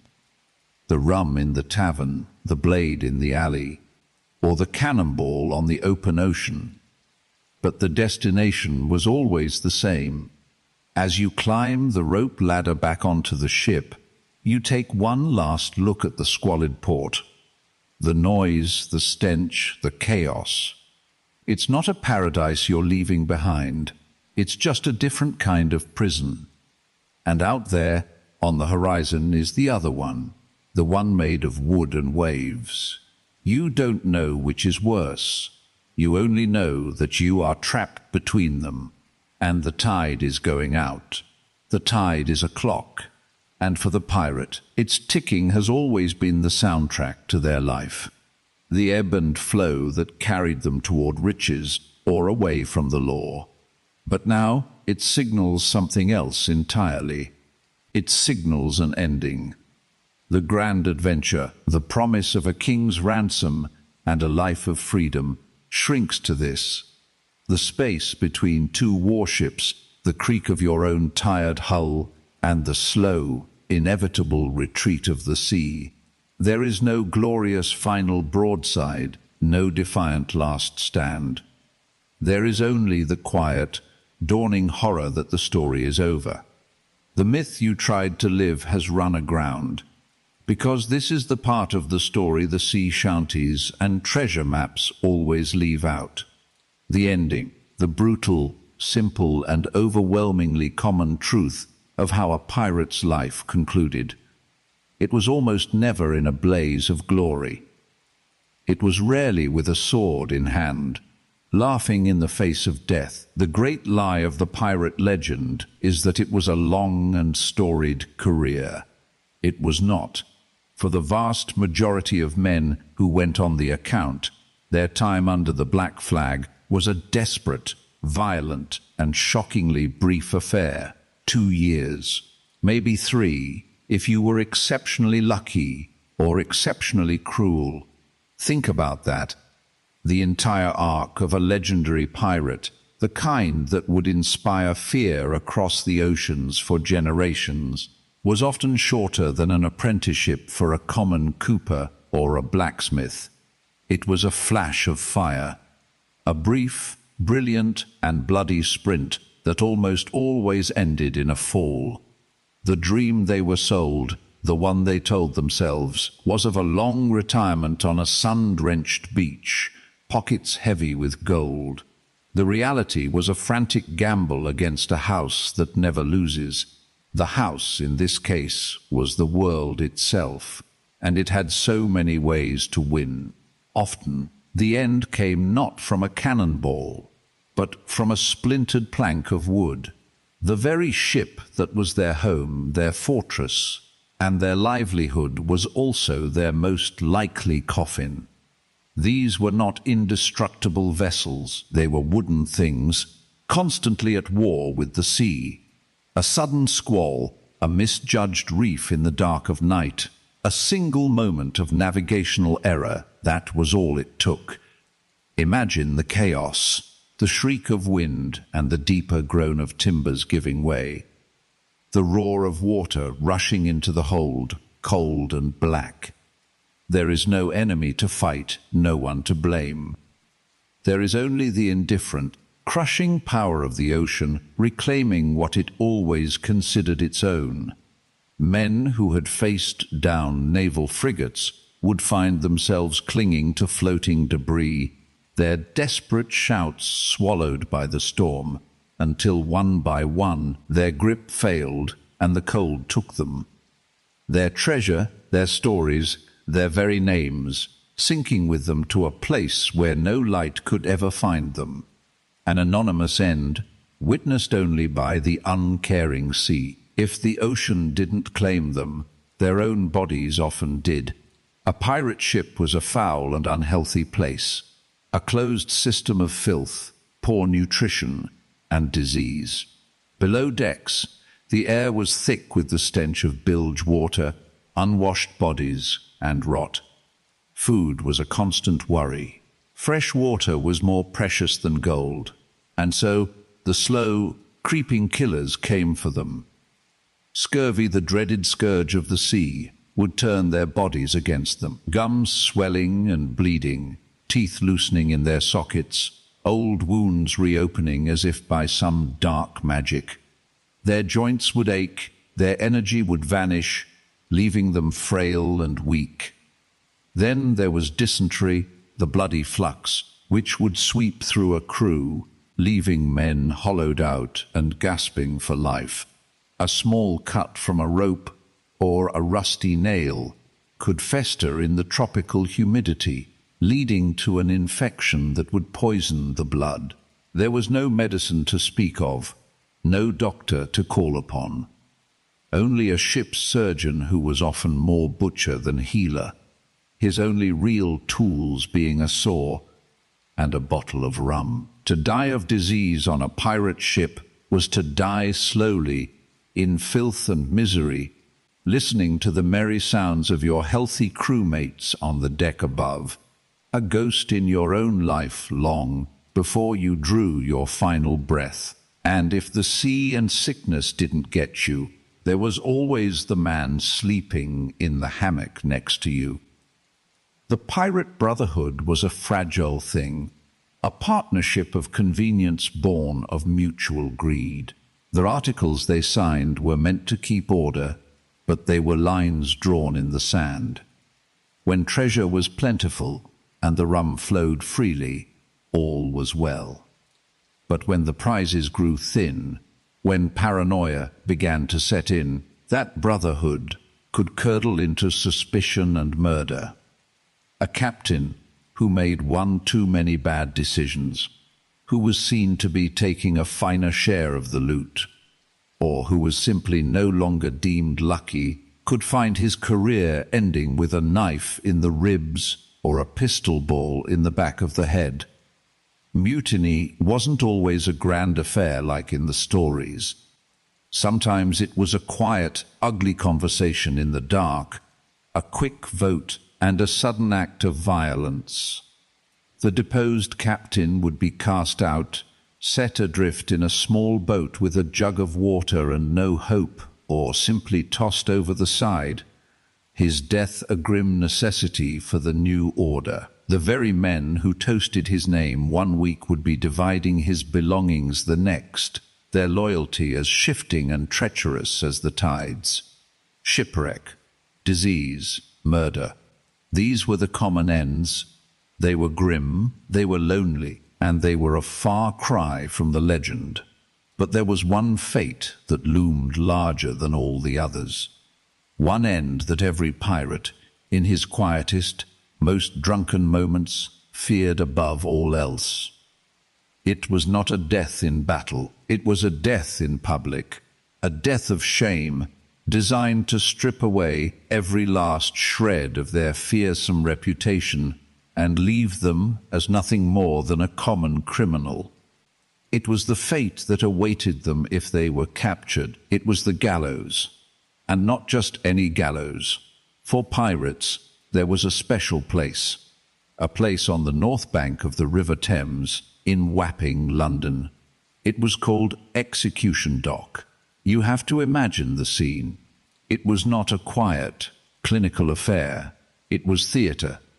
It was a spectacle for the masses, a brutal lesson from the Admiralty to anyone who might be tempted by a life of piracy. The condemned man would be held at Marshalsea Prison, on the south side of the river. On the day of his execution, he would be paraded across London Bridge and through the streets. The crowds would be immense. People would line the route, jeering, spitting, throwing refuse. This figure, who had once commanded fear on the high seas, was now reduced to a pathetic creature in chains, the subject of public scorn. He would be accompanied by the Admiralty Marshal, who carried a silver oar, the symbol of the High Court of the Admiralty, the very authority the pirate had so brazenly defied. The destination was the dock itself, a patch of muddy shoreline. There was no grand stone platform, just a scaffold, crude and temporary, erected at the low tide mark. The smell would have been overwhelming. The thick, brackish scent of the Thames mud, mixed with the sweat and grime of the city. The sounds of the gulls, the lapping water, the distant shouts of sailors on the ships anchored in the Pool of London. And above it all, the roar of the crowd, a beast hungry for a show. The condemned pirate would be allowed a final pint of ale at a nearby pub, a small, final ritual before the end. Then, the short walk to the noose. A chaplain might offer a few words, urging a final confession, a plea for God's mercy. Some pirates went to their deaths defiant, cursing the king and the law. Others went quietly, their bravado long since washed away by the grim reality of their situation. Blackbeard's quartermaster, William Howard, famously went to his death in a state of near catatonic terror. The method of hanging here was especially cruel. It wasn't the long drop designed for a quick, humane death by a broken neck. It was the short drop. The man would be pushed from a cart, or the ladder would be turned, and he would fall just a few feet, not enough to snap the neck. The rope would simply tighten, and he would be left to strangle. It was a slow, agonizing public death. A dance at the end of a rope, his body twitching and struggling for minutes that must have felt like an eternity. The crowd would watch, silent now, as the life was choked out of him. But even then, the humiliation was not over. This is the part that truly separated execution dock from any other gallows. The body was not cut down. It was left there, left hanging as the tide, the great clock of the river, began to turn. The cold, dirty water of the Thames would begin to creep up the shore. It would swirl around the gallows, rising higher and higher until it lapped at the dead man's feet. Then his knees, then his waist. The body would be submerged, washed by the river, and then the tide would recede, leaving him exposed again, dripping and fouled with river silt. This would happen 3 times. The body had to be washed by 3 tides. It was a symbolic cleansing, a final, public scouring of his sins by the very sea he had used for his crimes. Only after this grotesque ritual was complete would the body be cut down. And for the most infamous captains, the ordeal still wasn't finished. Their bodies would be covered in tar to preserve them, then chained up inside an iron cage called a gibbet. This cage, holding the decaying remains of the once feared pirate, would be hung up at a prominent point along the river like Gravesend or Blackwall Point. It was called being hung in chains. There it would remain for years, a rotting, stinking warning to every sailor who passed. The gulls would pick at the flesh. The wind would whistle through the ribcage. It was the ultimate negation of the pirate's identity.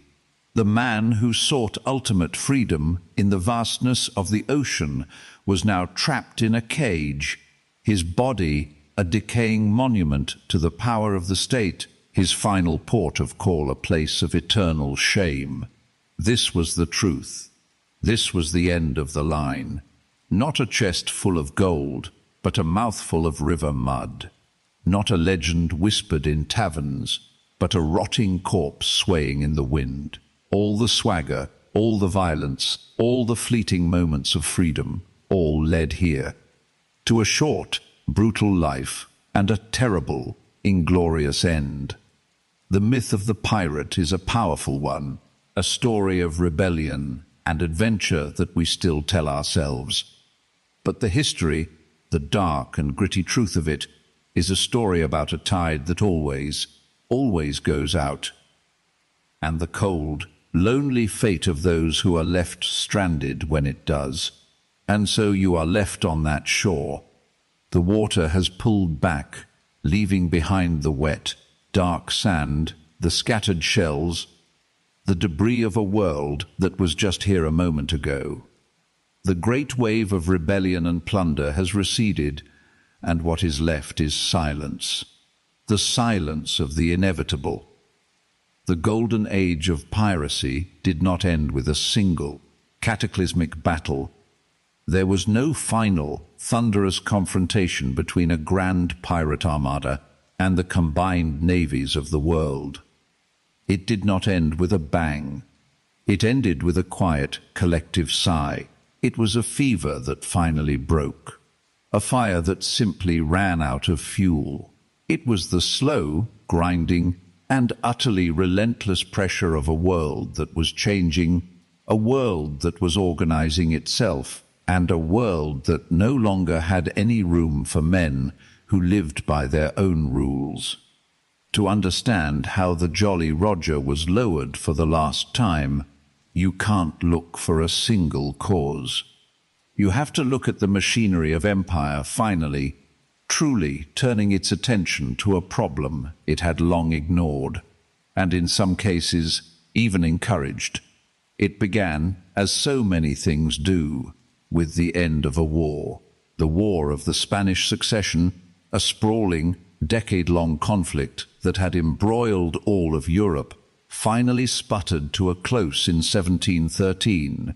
Treaties were signed, monarchs shook hands, and tens of thousands of sailors, men who knew nothing but the sea and the fight, were suddenly unemployed. These were the privateers, the legal pirates who had been given license by their governments to raid enemy shipping.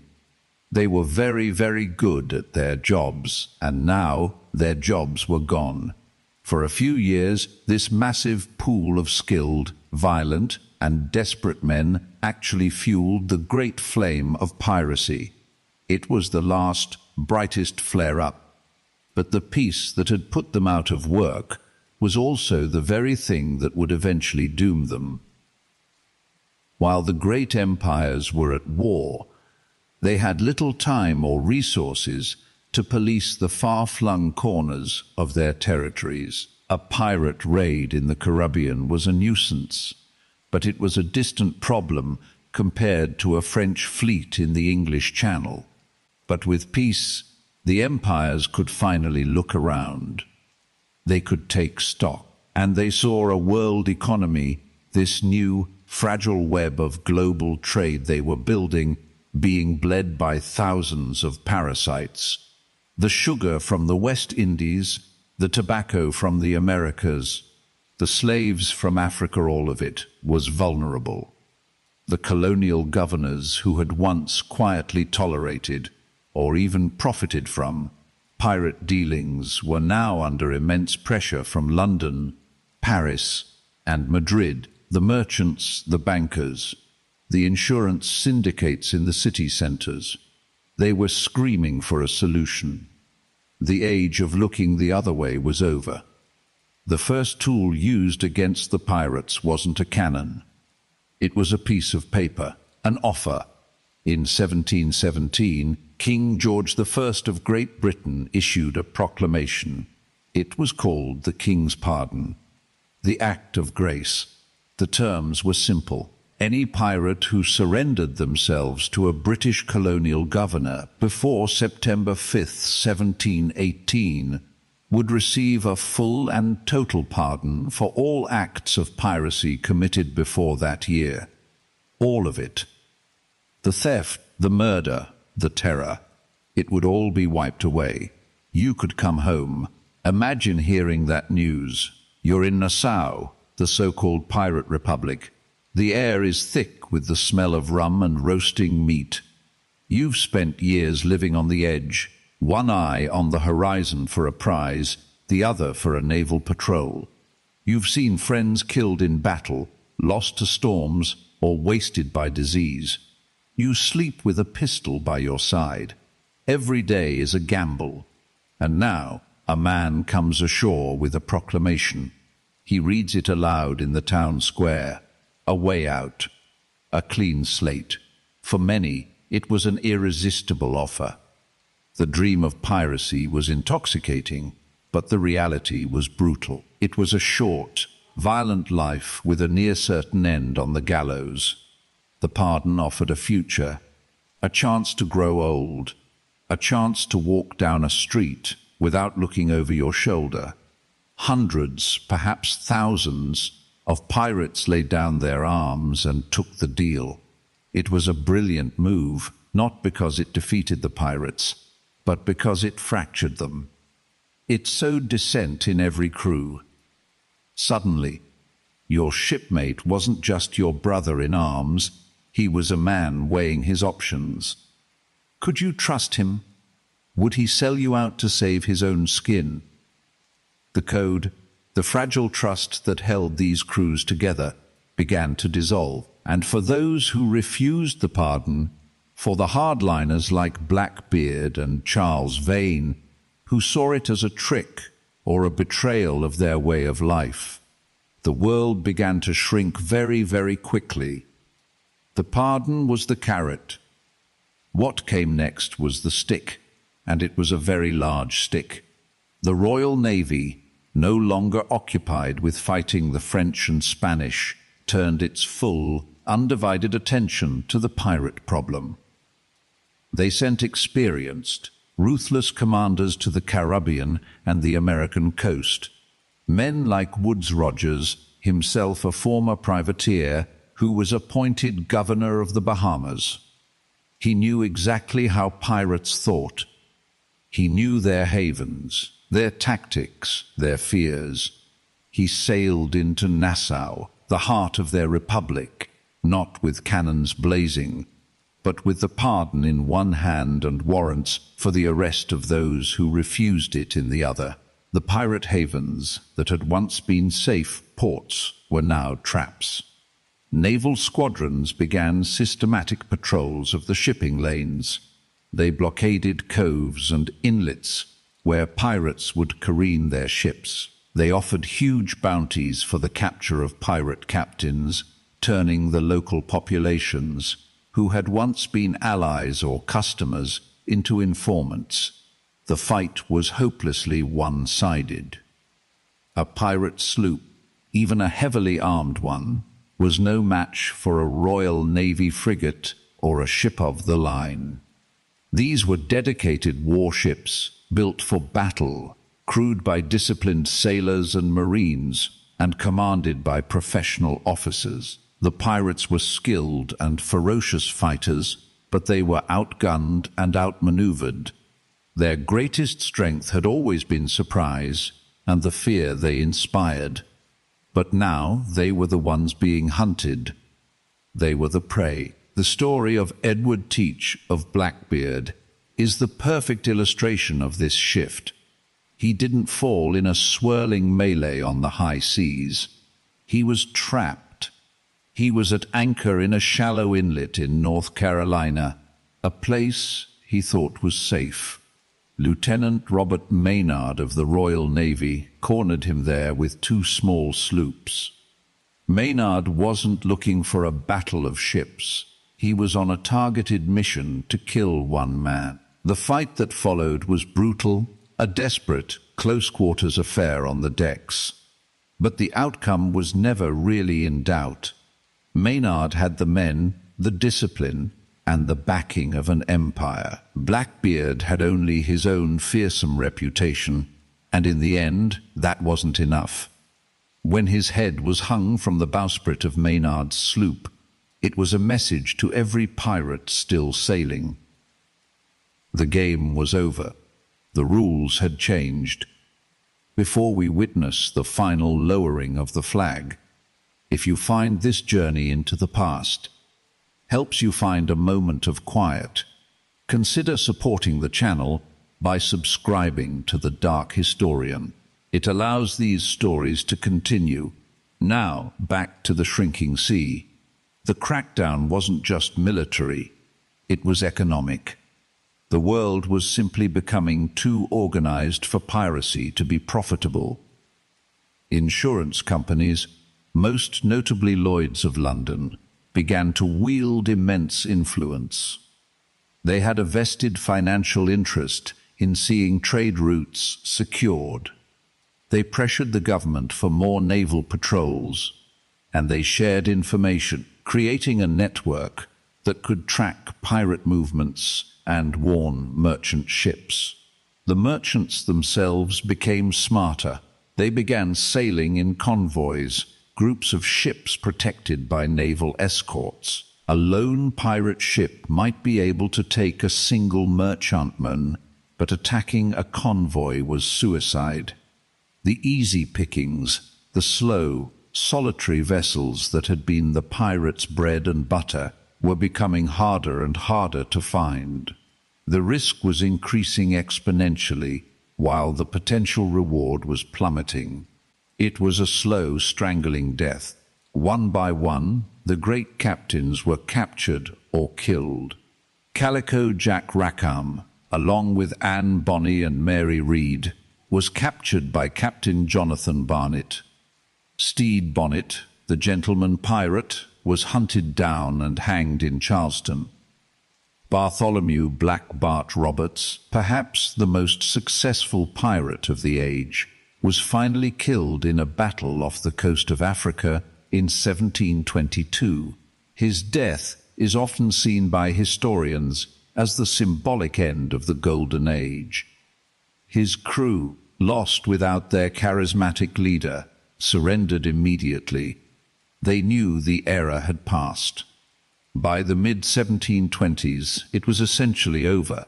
The pirate threat that had once terrorized the Atlantic was reduced to a handful of desperate, hunted fugitives. The world had moved on. The frontiers were being tamed.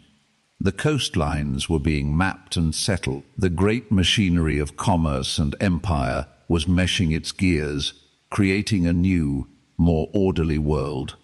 It was a world built on contracts and laws and naval power. There was no place in it for a man with a black flag and a dream of freedom. The tide had gone out for good, and the pirates who remained were left standing on the dry, exposed sand, blinking in the harsh, unforgiving light of a new century. They were relics. They were ghosts of a wilder time, and their only future was at the end of a rope, their bodies left to twist in the wind above the harbor. A final, grim warning to any who might think of raising that flag again. The sea was no longer a place of chaotic opportunity. It had become a highway for empire, and its traffic was now ruthlessly controlled. The silence that fell over the Caribbean was the sound of order being restored, the sound of the world becoming smaller, and in that quiet, in that new, smaller world, a strange thing began to happen. The real pirate, the desperate and brutal figure of history, began to fade, and in his place a shadow grew. A legend, a story whispered from one generation to the next, growing grander and more romantic with each telling. The skull and crossbones, once a symbol of visceral, immediate terror, slowly transformed. It became something else entirely, an emblem of rebellion, a logo for adventure, a fantasy. But why? Why does this particular ghost haunt our imagination so fiercely? After all we have explored tonight, after peeling back the layers of sunburned romance to reveal the rot and desperation beneath, why does the myth not only survive, but thrive? The answer, I think, has very little to do with the actual men who lived and died under those black flags. It has everything to do with us, with the world they left behind, a world of ledgers and laws, of clocks and commutes, a world with very few blank spaces left on the map. The pirate myth is a promise of escape. Think about it.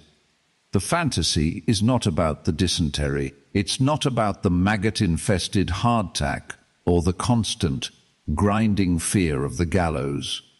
It's about the moment the ship leaves the harbor, the moment the land shrinks to a distant line on the horizon, and all that exists is the endless open water.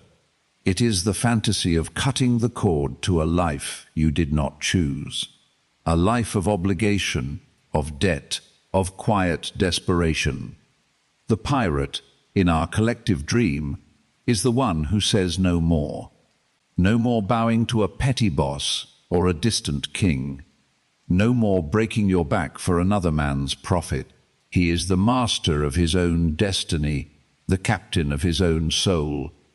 His ship is not just a vessel of wood and canvas. It is a sovereign nation of one, a floating republic of the damned, where the only law is the one they write themselves. We conveniently forget the brutal reality of that law. We forget the lash, the marooning, the casual violence that held that floating republic together. We forget that their democracy was born of desperate pragmatism, not lofty ideals. It was a business arrangement to ensure the profits were split and mutiny was kept at bay. It had to be, because the alternative was a quick and bloody end for everyone. But the dream is so much more seductive. The dream is of a brotherhood, a chosen family, bound not by blood, but by a shared rejection of the world. In the myth, they are not a squabbling, paranoid gang of criminals trapped together. They are comrades, singing shanties under the stars, loyal to the death. This image speaks to a deep human longing for belonging, for a tribe of our own making. In a world that can often feel isolating, The idea of a crew, a band of misfits who have your back against the entire world, is powerfully attractive. We edit out the betrayals. We ignore the fact that the most common way for a pirate captain to lose his position was at the hands of his own loyal crew. We see the camaraderie, and we ignore the cage. And then, of course, there is the treasure, the buried chest, the X on the map, the clink of gold doubloons. This is perhaps the most enduring and the most dishonest part of the entire legend. It is the fantasy of sudden, unearned wealth, a single act of daring that sets you up for life, free from all worry. It's the ultimate shortcut. The reality was so much more mundane. The real treasure of the Golden Age of Piracy wasn't gold or jewels. It was sugar. It was cloth. It was flour, rope, medicine, and lumber. It was the mundane cargo of everyday commerce. These goods were not buried on deserted islands. They were sold as quickly as possible in pirate-friendly ports like Nassau or Port Royal, fenced for a fraction of their value. The money they made was rarely enough to retire on. It was enough for a glorious, weeks-long binge of drinking and gambling until every last piece of eight was gone. Then, broke and hungover, they would be forced back to sea to risk their lives all over again for the next score. The cycle was not one of adventure and riches. It was a cycle of desperation and addiction, a dead end. But the story of a man selling a stolen bolt of silk for rum money is not a good story. A map leading to a hidden chest of gold now, that is a story. It's a story so good that it was essentially invented, polished, and perfected by writers like Robert Louis Stevenson. Treasure Island did more to create our modern image of a pirate than any historical account ever could. It gave us Long John Silver, the talking parrot, the treasure map, the whole iconography. It took the messy, grim reality and turned it into a perfect adventure for boys and the boys at heart, and we have been in love with that version ever since. The myth, you see, strips away all the consequences. In the fantasy, there is no real pain. A sword fight is a thrilling dance, not a clumsy, terrifying struggle ending in a septic wound. A storm at sea is a dramatic backdrop, not a week of freezing, bone-wearying terror where a single mistake means death. The pirate of our imagination is forever young, forever daring, forever free. He never grows old, he never gets sick, and he never has to face the quiet, crushing meaninglessness of his own violent existence. He is a perfect vessel for our own dissatisfaction. When you feel trapped by the routine of modern life, the pirate offers the fantasy of the open horizon. When you feel powerless against vast, impersonal systems, the pirate offers the fantasy of hoisting your own flag and making your own rules.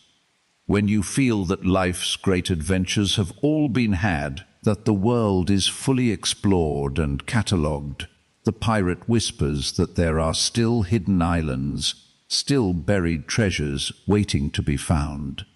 He is the spirit of rebellion, that we are too sensible, too comfortable, to ever act upon ourselves. We don't actually want his life. We don't want the scurvy, the keel-hauling, the constant risk of a violent end. We just want the feeling. We want the silhouette of the ship against the sunset. We want the freedom of that moment without any of the cost. And so, we keep the myth alive. We put it in our movies, our books, our games. We dress our children in eye patches and plastic swords for Halloween. The pirate has become a safe, sanitized monster, a friendly rebel. His crimes are forgotten, His victims are nameless, and his brutality is reframed as a roguish charm. He is no longer a historical figure. He is an idea, a projection of our own yearning for a life with more risk, more reward, and fewer rules. But as you drift off to sleep tonight, perhaps it is worth remembering the truth.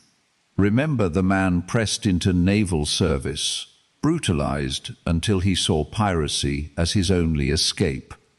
Remember the desperate fisherman whose livelihood was destroyed by distant wars, who turned to the black flag out of starvation. Remember the escaped slave for whom a life of piracy, however short and violent, was still freer than the life he fled. Their lives were not romantic adventures. They were tragedies. They were the stories of people ground down by an unforgiving world who chose a final, desperate, and violent gamble against impossible odds. They chose a life that almost guaranteed an early grave because it was better than the slow death they were already living. Their story is not one of freedom, but of its absence. It is a testament to how cruel the world can be, and the brutal lengths people will go to simply survive within it. The Jolly Roger was not a flag of liberty. It was a flag of surrender. A surrender to the darkest parts of human nature, born from a world that offered them no other choice. The real pirate is a much more somber and complex figure than the caricature we know and love. He is a ghost that warns us not of sea monsters or naval patrols, but of the dangers of a world that offers its people no hope, a world that closes all doors but one and places a sword in hand. The myth endures because the world that created the pirate has not entirely vanished. The empires have new names.